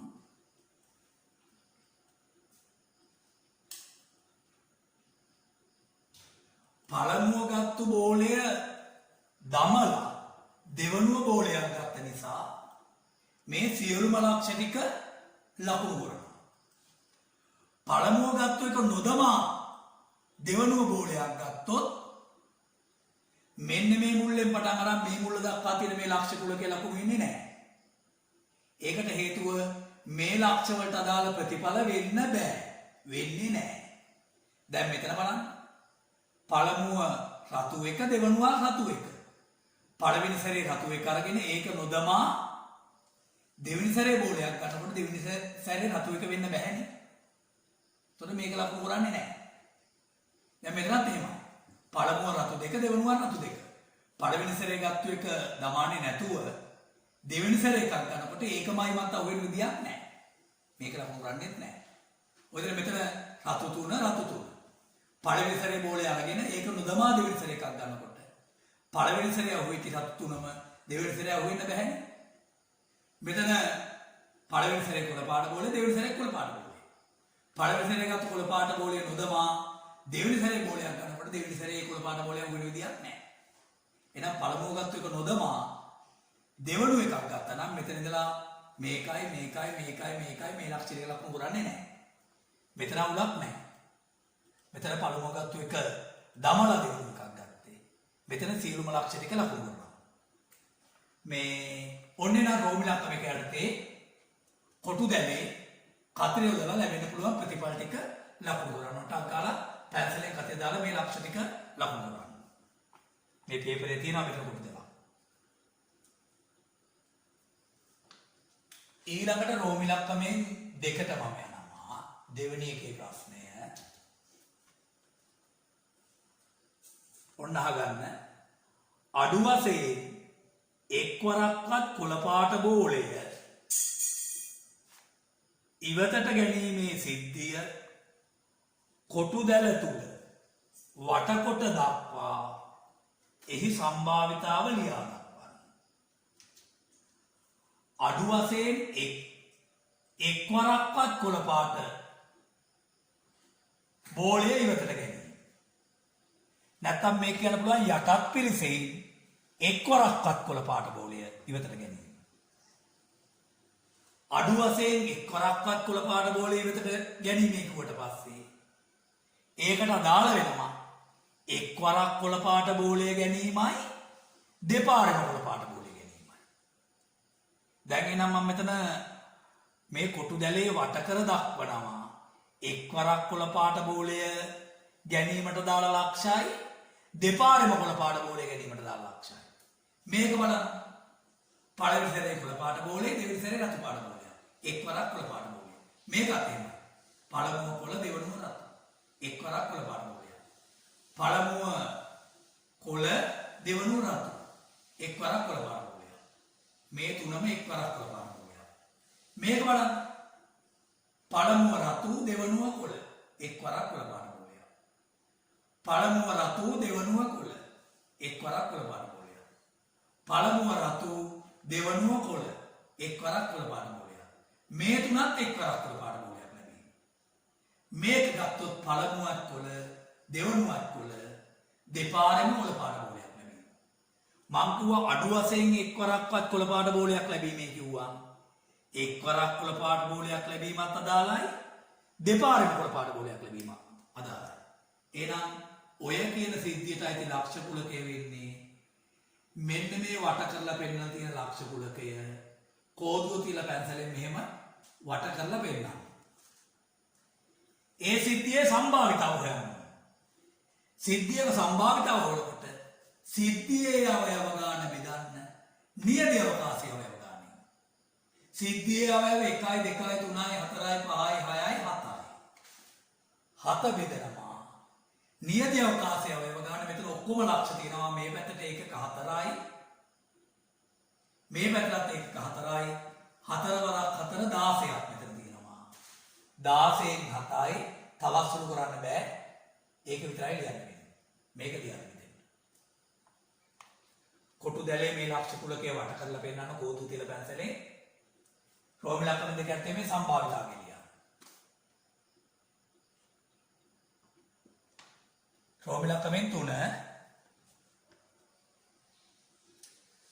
මේ තුන්වෙනි කොටසට කලින්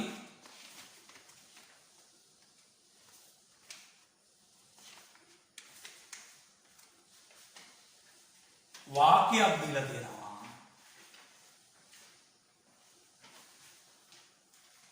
මම දැන් මේ වාක්‍ය කියවනවා. මෙම රතු පාට බෝල තුනෙන් දෙකක රතු වේවා දෙකක රතු බෝල දෙකක එක එකක් මත x අක්ෂරයේද. හරි. එතකොට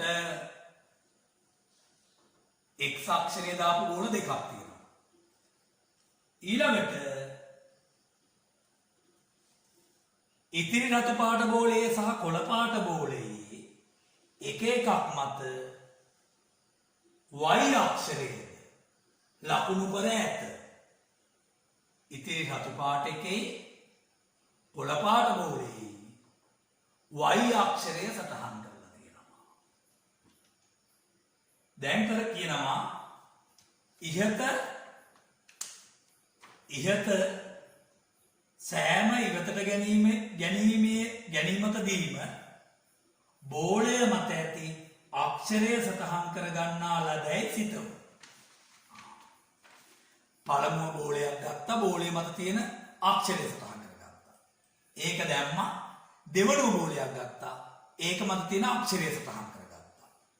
මේ ගැනීම දෙකේදී බෝලය මත තියෙන අක්ෂරය සටහන් කරගත්තයි කියලා සිතාන කියනවා. හරි?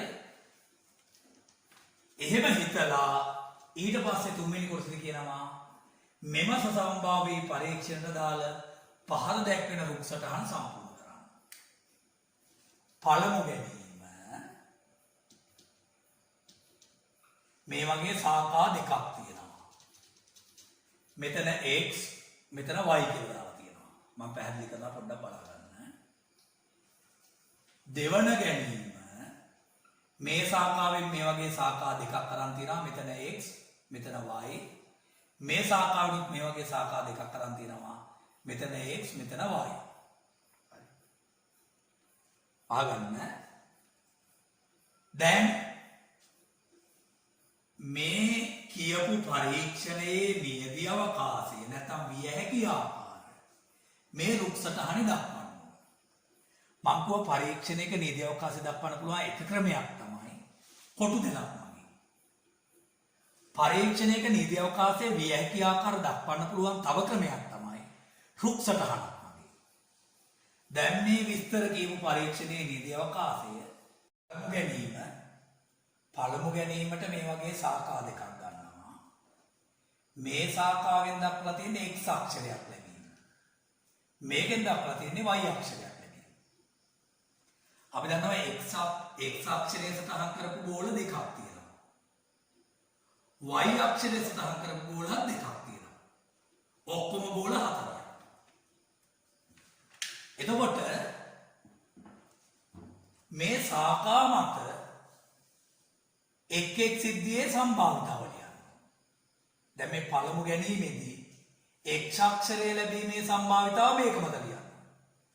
y අක්ෂරය ලැබීමේ සම්භාවිතාව මේක මත ලියන්න. දැන් මෙතන x අක්ෂරය ලැබීමට දාලා අවයව ගාන වාර ගාන දෙකයි. දෙක බෙදනවා නියම අවකාශයේ අවයව ගාන වාර ගාන හතරයි. හතරෙන් දෙකයි. මෙතන y අක්ෂරය ලැබෙන්න පුළුවන් වාර ගානක් දෙකයි. නියම අවකාශයේ වාර ගාන හතරයි. හතරෙන් දෙකයි. මේක උඩ ඇතුළත් දෙක එකපාර සුළු කරන්න පුළුවන්. දෙකෙන් එකයි කියලා මෙතන දෙකෙන් එක කියලා ගන්න පුළුවන්. අවශ්‍ය නැහැ වුන් තින්නන්නකො. ඊළඟ දෙවන ගැනීම සලකනකොට මේ සාකාවෙන් මේ වගේ සාකා දෙකක් ගන්නවා. අරගෙන මේකෙන් නිරූපණය කරනවා x අක්ෂරය ලැබීම මේකෙන් y අක්ෂරය ලැබීම. මේකෙන් සාකා දෙකක් ගන්නවා.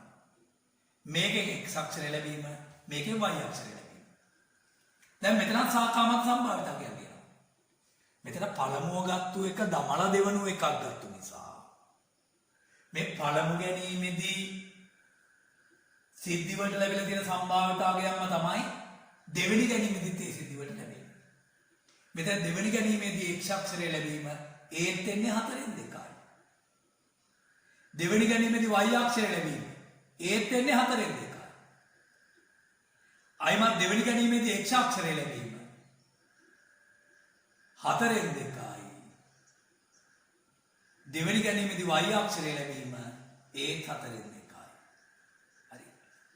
පළමුව ගත්ත එක නොදමා දෙවෙනි එකක් ගත්තා නම් මේ දෙවෙනි ගැනීමේදී සම්භාවිතාවයන් වෙනස් වෙනවා. ඒත් අපිට හිතන්න වෙනවා. හරි. දැන් මේ රුක් සටහනේ අපිට යන්න පුළුවන් මාර්ග කීපයක් තියෙනවා. මෙහෙම ගිහිල්ලා මෙහෙම යන්න පුළුවන්. ඒ මාර්ගයේ ගියාට පස්සේ සිද්ධියක් කියවෙනවා. මෙහෙම ගිහිල්ලා මෙහෙම යන්න පුළුවන්. ඒ මාර්ගයේ ගියාට පස්සේ තව සිද්ධියක් කියවෙනවා. මෙහෙම ගිහිල්ලා මෙහෙම යන්න පුළුවන්. ඒ මාර්ගයේ ගියන් තව සිද්ධියක් කියවෙනවා. මෙහෙම ගිහිල්ලා මෙහෙම යන්න පුළුවන්. ඒ මාර්ගයේ ගියාට පස්සේ තව සිද්ධියක් කියවෙනවා. මෙන්න මෙතන සිද්ධිය මම අරන් ඇතුළේනවා. මෙහෙම ගිහිල්ලා මෙහෙම ගියා. පළමු ගැනීමේදී x අක්ෂරය ලැබෙනවා. දෙවෙනි ගැනීමේදීත් x අක්ෂරය ලැබෙනවා. අවස්ථා දෙකේදීම x අක්ෂරය ලැබෙනවා. ඔය සිද්ධියේ සම්භාවිතාව ලබා ගන්න මේ සම්භාවිතාවයන් දෙක ගුණ කරන්න. දෙවරක් 2 4යි. 4 වරක් 4 16යි. මෙතන පළවෙනි අවස්ථාවේ x අක්ෂරය ලැබිලා දෙවෙනි අවස්ථාවේ y අක්ෂරය ලැබෙනවා. සම්භාවිතාව අරගයමයි 16න් 4යි. ගුණ කරලා බලන්න. මෙතන මෙහෙම ගිහලා මෙහෙම යනවා. පළවෙනි අවස්ථාවේ y අක්ෂරය ලැබිලා දෙවෙනි අවස්ථාවේ x අක්ෂරය ලැබිලා. සම්භාවිතාව සමානයි 16න් 4යි. මෙතන පළවෙනි අවස්ථාවේ y අක්ෂරය දෙවෙනි අවස්ථාවේ y අක්ෂරය. අවස්ථා දෙකේදීම y අක්ෂරය ලැබිලා ඒක සම්භාවිතාවත් මේ දෙක ගුණ කරුවාම 16න් 4යි. හරි. එතකොට ශ්‍රෝමිලක්කමෙන් තුනේදී කියන්නේ මේ ඔය රුක් සටහන සම්පූර්ණ කරන්න කියලා. මේ එක මාර්ගයේ ගියාට පස්සේ කියවෙන සිද්ධියයි සම්භාවිතාවයි ලියා ගන්න එක ප්‍රශ්න වල උත්තර ලියන යම් පහසුයි. ඔය ටික සම්පූර්ණ කරන්න මේ දීලා තියෙන රුක් සටහන පාවිච්චි කරන්න.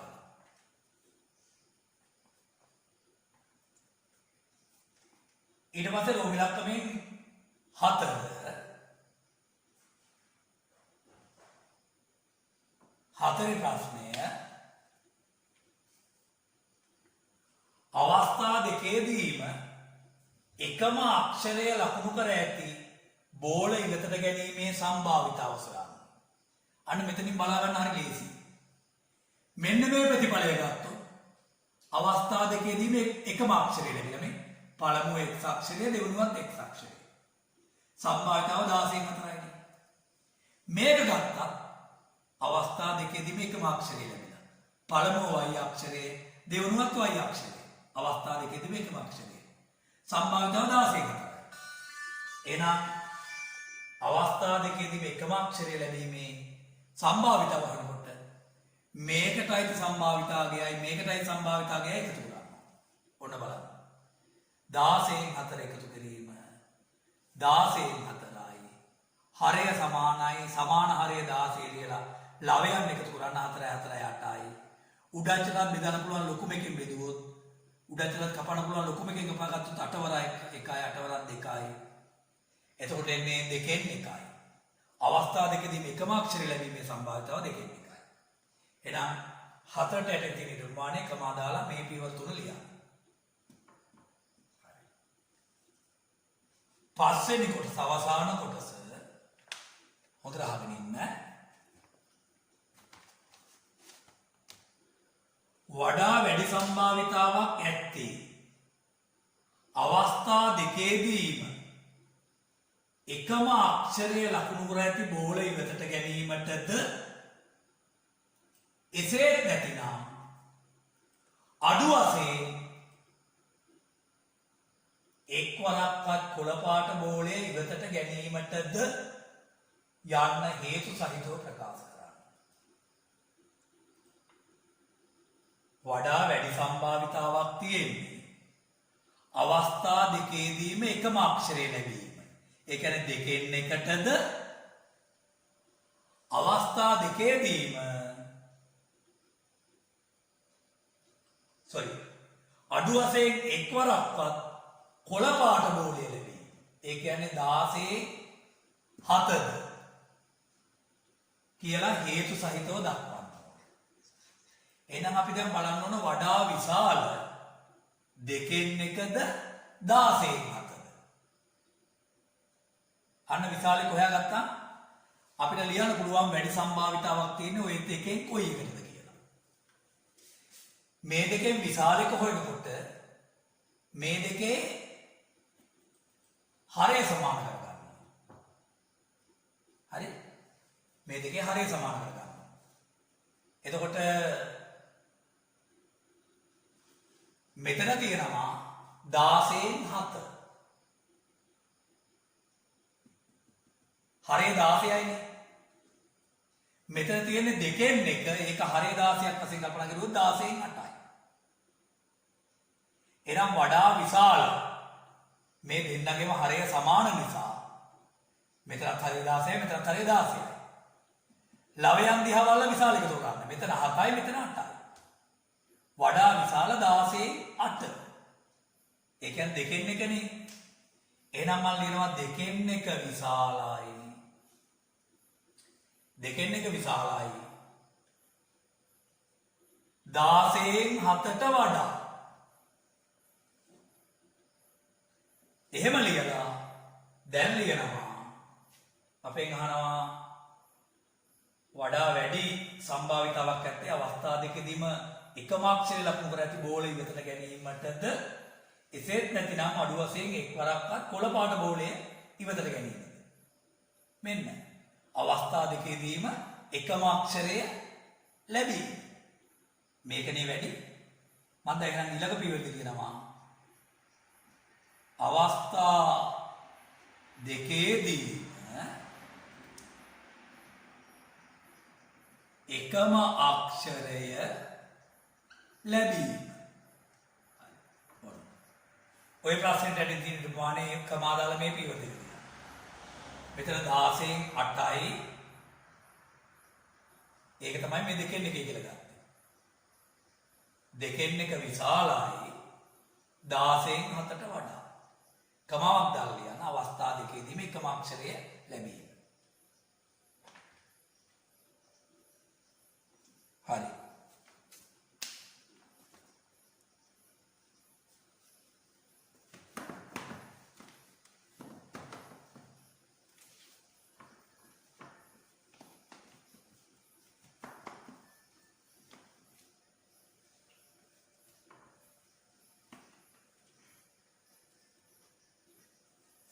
පස්වෙනි ප්‍රශ්නය මෙන්න මේ රූපේ දීලා තියෙනවා මේ කිලිදිමේ පාසල මම මේක පැත්තකින් අඳිනවා මෙම ඍජු කෝණාශ්‍රාකාර කොටසක් තියෙනවා ඊට පස්සේ මෙහෙම අර්ධ වෘත්තයක් තියෙනවා මෙතන වේදිකාව කියලා තියෙනවා මෙතන ප්‍රේක්ෂකාගාරය කියලා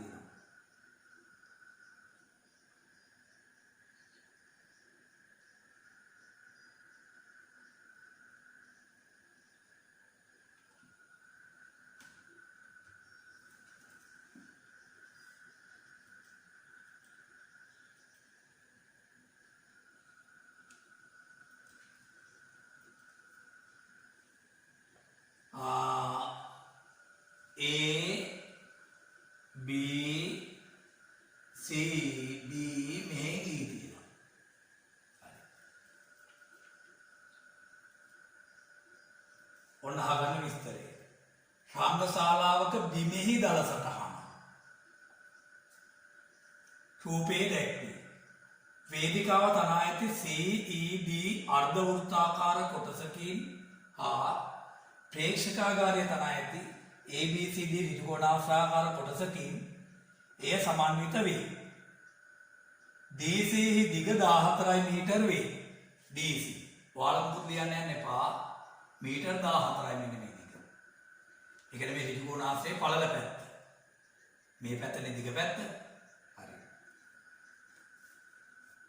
පහත ගණනය කිරීම වලදී අවශ්‍ය වූ විට පහහි අගය සඳහා 722 ගන්න. 1 ප්‍රෝමිලක්කමෙන් 1 CED අර්ධ වෘත්තයේ ඡාප දිග සොයන්න. මේ අර්ධ වෘත්තයේ ඡාප දිග හොයන්න. සම්පූර්ණ වෘත්තයක ඡාප දිග 2 පයි r. අර්ධ වෘත්තයක ඡාප දිග ගන්න පුළුවන් මේන් භාගයක් මේක දෙකෙන් බෙදුවා. දෙකට දෙක කැපිලා එන්නේ මොකද්ද පයි r. එහෙනම් මම මෙතන දානවා පයි r. කමාවක් දැම්ම දෙවෙනි පියවර. දෙවෙනි පියවරදී පයි වලට ආදේශ කරනවා 722. ගුණ කිරීම r වලට ආදේශ කරනවා අරය. මේ පළල පැත්ත විස්කම්භය. අරය වෙන්නේ මේකෙන් භාගයයි. 14න් භාගයක් 7යි. දැන් මෙයාගේ හරිය තියෙන එක භාග දෙකක් ගුණ කරන් තිනවා. උඩචනත් 7න් මෙතුවොත් 7න් කපා ගත්තොත් 22යි මීටර. එහෙනම් රෝමිලක්කමකට තියෙන නිර්මාණය කමාදාල මේ පියවර තුන කියන්නේ. දෙවනි කොටස 2 වේදිකාව තන ඇති බිමෙහි වර්ගඵලය සොයන්න. වේදිකාව තන ඇති බිමේ වර්ගඵලය කියන්නේ මේ අර්ධ වෘත්තයේ වර්ගඵලය. වෘත්තයක වර්ගඵලය පයි r වර්ග. ඒ භාගයක් ගන්නකොට මේ ගුණ කරන්න ඕන දෙකෙන් එකේ. මේක අර්ධ වෘත්තයක් වෘත්තයකින් භාගයක් ගත්තා. දැන් 722 ගුණ කිරීම r වර්ග කියන්නේ අරේ දෙපාරක් ගුණ කරනවා. මේකේ අරේ විස්කම්භය 14යි අරේ 7යි. 7 ගුණ කිරීම 7 ඒක ගුණ කරනවා දෙකෙන් එකකින්. දැන් මෙතන චට එක මෙතන චට එක භාග කිහිපයක් ගුණ කරන් තියෙනවා. 4 7 ඒවා 1යි 4 7 ඒවා 1යි. දෙවරක් 1යි දෙවරක් 11යි. එතකොට 11යි 7යි ගුණ වෙන්න ඕන 77යි වර්ග මීටර.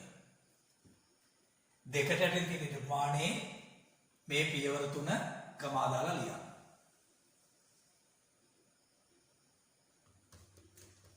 රෝමිලක්කමෙන් 3 වෙනි කොටස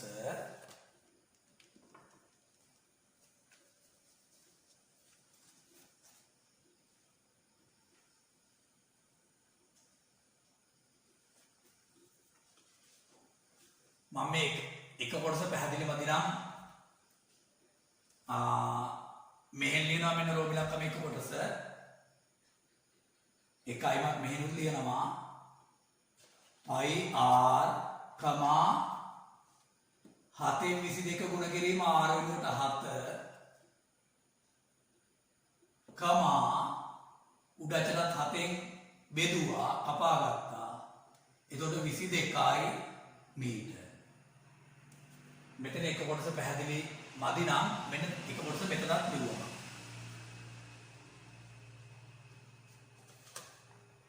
තුන්වෙනි කොටසේ මෙහෙම දීලා තියෙනවා. ප්‍රේක්ෂකාගාරයේ බිමෙහි වර්ගඵලය වේදිකාව තන ඇතේ බිමෙහි වර්ගඵලය මෙන් 3 ගුණයක් නම් AD දිග සොයන්න. හරි. මේ බිමේ වර්ගඵලය ඍජු කෝණාශ්‍රී වර්ගඵලය. මේ බිමේ වර්ගඵලය මේ අර්ධ වෘත්තයේ වර්ගඵලය වගේ 3 ගුණයක්. මේ AD පාදයේ දිග සොයන්න. එහෙනම් මම මේ ඍජු කෝණාශ්‍රී වර්ගඵලය හොයන්න දිග ගුණ කරනවා පළවෙනි. දිග කියන්නේ AD. ගුණ කරනවා ඒකේ පළල 14. ඔන්න. දිග ගුණ කිරීම පළල මේ ඍජු කෝණාශ්‍රී වර්ගඵලය. ඕක සමාන කරනවා ඍජු කෝණාශ්‍රී වර්ගඵලය මේ අර්ධ වෘත්තයේ වර්ගඵලය වගේ 3 ගුණයක්. එනම් 77 ගුණ කිරීම 3. හරිද? ඍජු කෝණාශ්‍රී වර්ගඵලයේ දිග ගුණ කිරීම පළල දිග AD පළල 14යි. ඒක සමාන කරනවා. ඍජු කෝණාශ්‍රී වර්ගඵලය අර්ධ වෘත්තයේ වර්ගඵලය වගේ 3 ගුණයක්ලු. එහෙනම් අර්ධ වෘත්තයේ වර්ගඵලය 75 ගුණ කිරුවා 77 ගුණ කිරුවා 3. දැන් මම AD තනි කරගන්නවා. AD සමානයි මේ පැත්තේ තියෙනවා 77 ගුණ කිරීම 3. සමාන ලකුණෙන් දෙපැත්තම බෙදෙනවා 14න්. මේ පැත්ත 14න් බෙදුවා 14 කැපුණා AD ආවා. මේ පැත්ත 14න් බෙදෙන එක මෙන්න මම ලියුවා. ඔන්න. හරිනේ. දැන් ලැබෙනවා AD සමානයි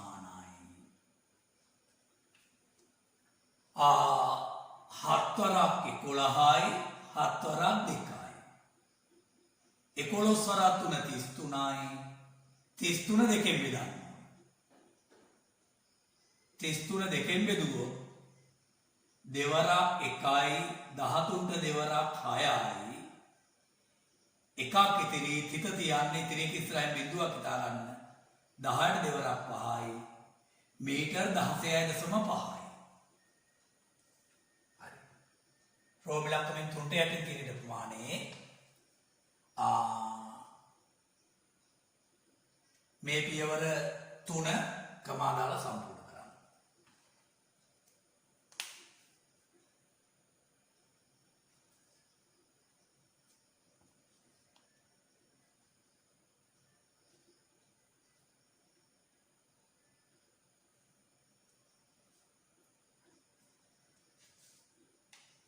ඊළඟ රෝම ඉලක්කමෙන් 4 වෙනි කොටස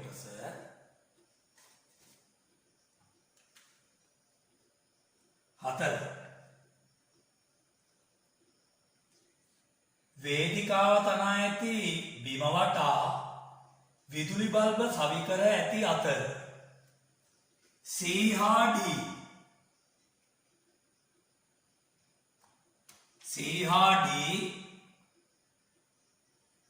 ද බල්බ දෙකක් සවි කොට ඇත. CD රේඛාව මත අනුයාත බල්බ අතර දුර මීටර් 1.4ක සමාන පරතරයක් ඇත. මේකේ බල්බ දෙකක් අතර දුර මීටර් 1.4යි. සමාන පරතරයක් තියෙනවා. හරි.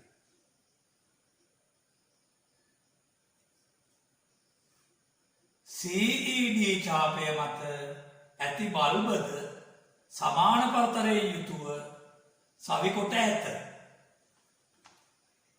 CD රේඛාව මත හා CED ඡාපය මත ඇති බල්බ ගණන් සමානයි.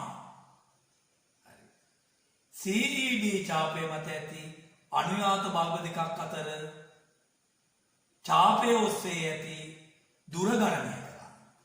හරි. දැන් මෙන්න මේ ඡාපය මත සමාන පරතරයෙන් බල්බ සවි කරලා තියෙනවා. මේ C හා D වල බල්බ දෙකක් තියෙනවා. ඊළඟ මෙන්න මේ CD රේඛා මත සමාන පරතරයෙන් බල්බ සවි කරලා තියෙනවා. CD රේඛාවේ බල්බ දෙකක් අතර පරතරය මීටර 1.4යි. මේ CD රේඛා මත තියෙන බල්බ ගානයි CD රේඛා මත තියෙන බල්බ ගානයි සමානයි. දැන් මේ CED රේඛාව මත බල්බ දෙකක් අතර පරතරය සොයන්න. හරි. හොඳට අහගෙන ඉන්න. දැන් අපි ඉස්සරලා බලමු. CD රේඛාව මත තියෙන බල්බ ගන්න කීයද කියලා. බල්බ ගාන කීයද ඊට පස්සේ පරතර ගාන අපිට හොයා ගන්න පුළුවන්. මේ දැන් අපි දන්නවා මෙන්න මෙහෙම කෙලවරවල් දෙකක් තියෙනවා. පහේ ශිෂ්‍යත්ව භාගෙත් මේ වගේ ඒවා ඉගෙන ගන්නවා. අවස්ථාවක අපිට මොන්න මේ වගේ මායමක් තියෙනවා කියලා. මේකේ මීටර 5න් 5 කම්පි කණු දානවා කියලා හිතන්න.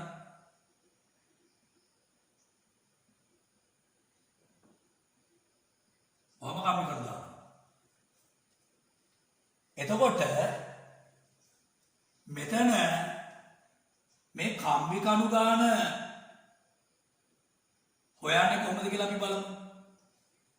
මෙතන සම්පූර්ණ දිග 5යි 10යි 15යි 20යි 25යි.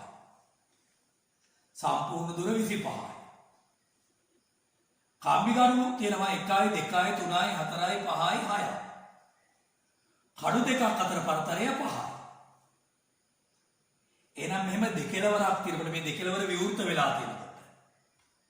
හරිද? කම්බි කණු ගාන නැත්නම් බල්බ ගාන හොයනකොට මුළු දිග මෙතන 25 මේ දෙකක් අතර දිගේ 5න් බෙදනවා. 25 5න් බෙදුවම 5යිනේ. මෙතන කණු 1යි 2යි 3යි 4යි 5යි 6ක් එනවා. ඒ උත්තරයට එකක් එකතු කරන්න ඕනේ. මේ 5 දිග ගන්න කතාව. සම්පූර්ණ දිග දෙකක් අතර පරතරයෙන් බෙදලා ඒන උත්තරයට එකක් එකතු කරන්න ඕන. එතකොට මේකේ තියෙන කම්බි කණු ගාන නැත්තම් බල්බ ගාන ලැබෙනවා. හරි. ඒ වගේම අපි පහේදී ඉගෙන ගත්තා මෙහෙම වට වෙලා තියෙනකොට මේක බලන්න මෙන්න.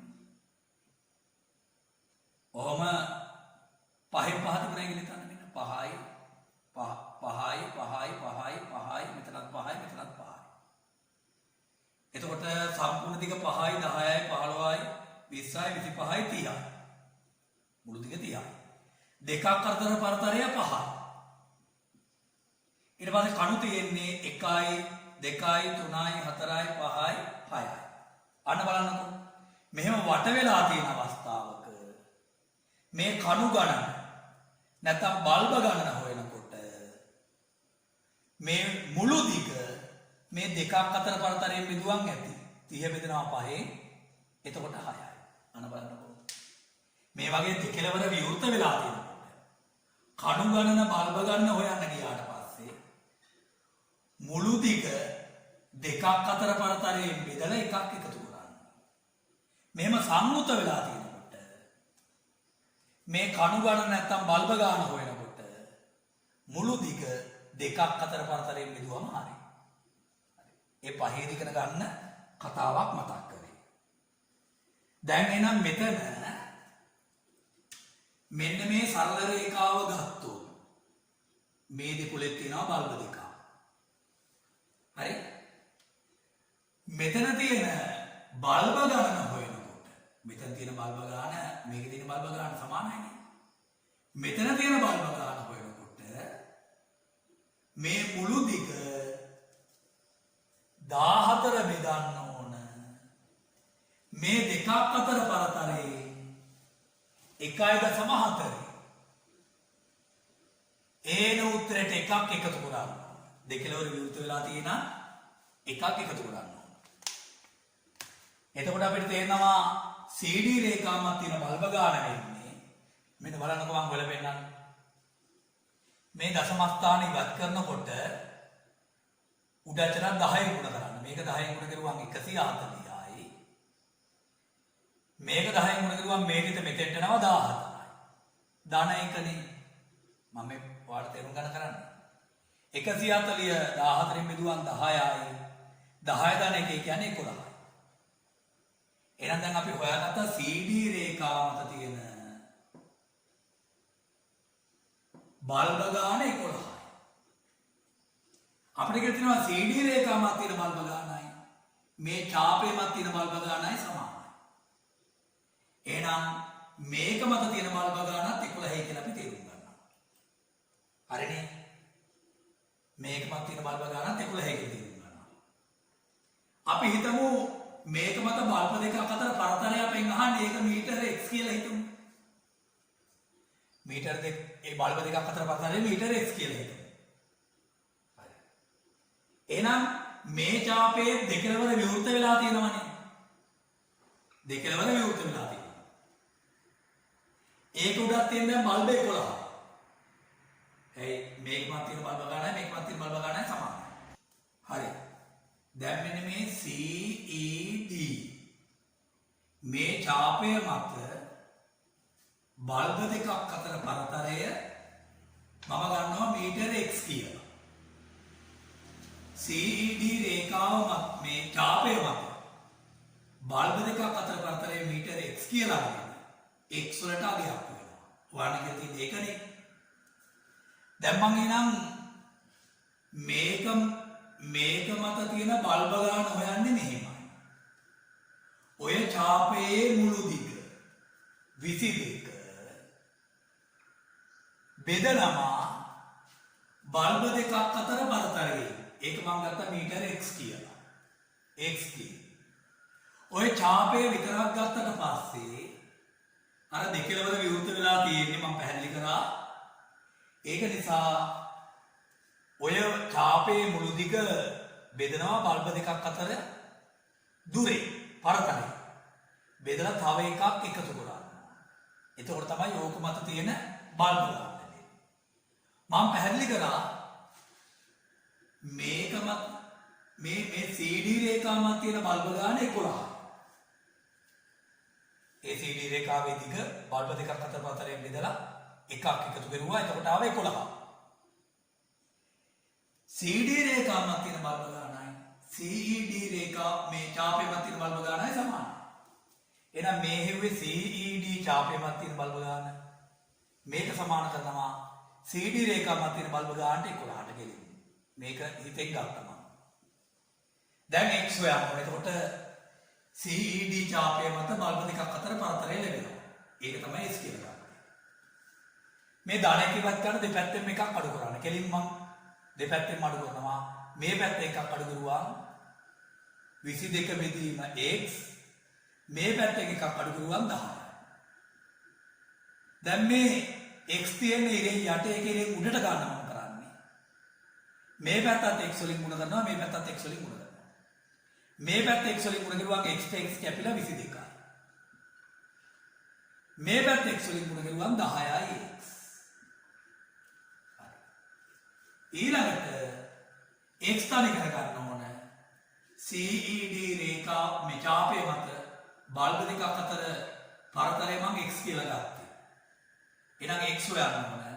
මේ ගුණ කිරීමේ 10 ඉවත් කරන දෙපැත්තම දෙකෙන් බෙදනවා. මේ පැත්ත 10න් දෙපැත්තම 10න් බෙදනවා. මේ පැත්ත 10න් බෙදුවට පස්සේ 22 ලියන දශම ස්ථාන එකක් තියෙනවා. 2.2 මීටර. මේ පැත්ත 10න් බෙදුවම x. එහෙනම් CED ඡාපයේ මත බල්බ දෙකක් අතර පරතරය මීටර 2.2යි. එහෙනම් හතරවෙනි ප්‍රශ්නෙට යටින් තියෙන නිර්මාණයේ පියවර 1යි 2යි 3යි 4යි මේ පියවර 4 ලියන්න.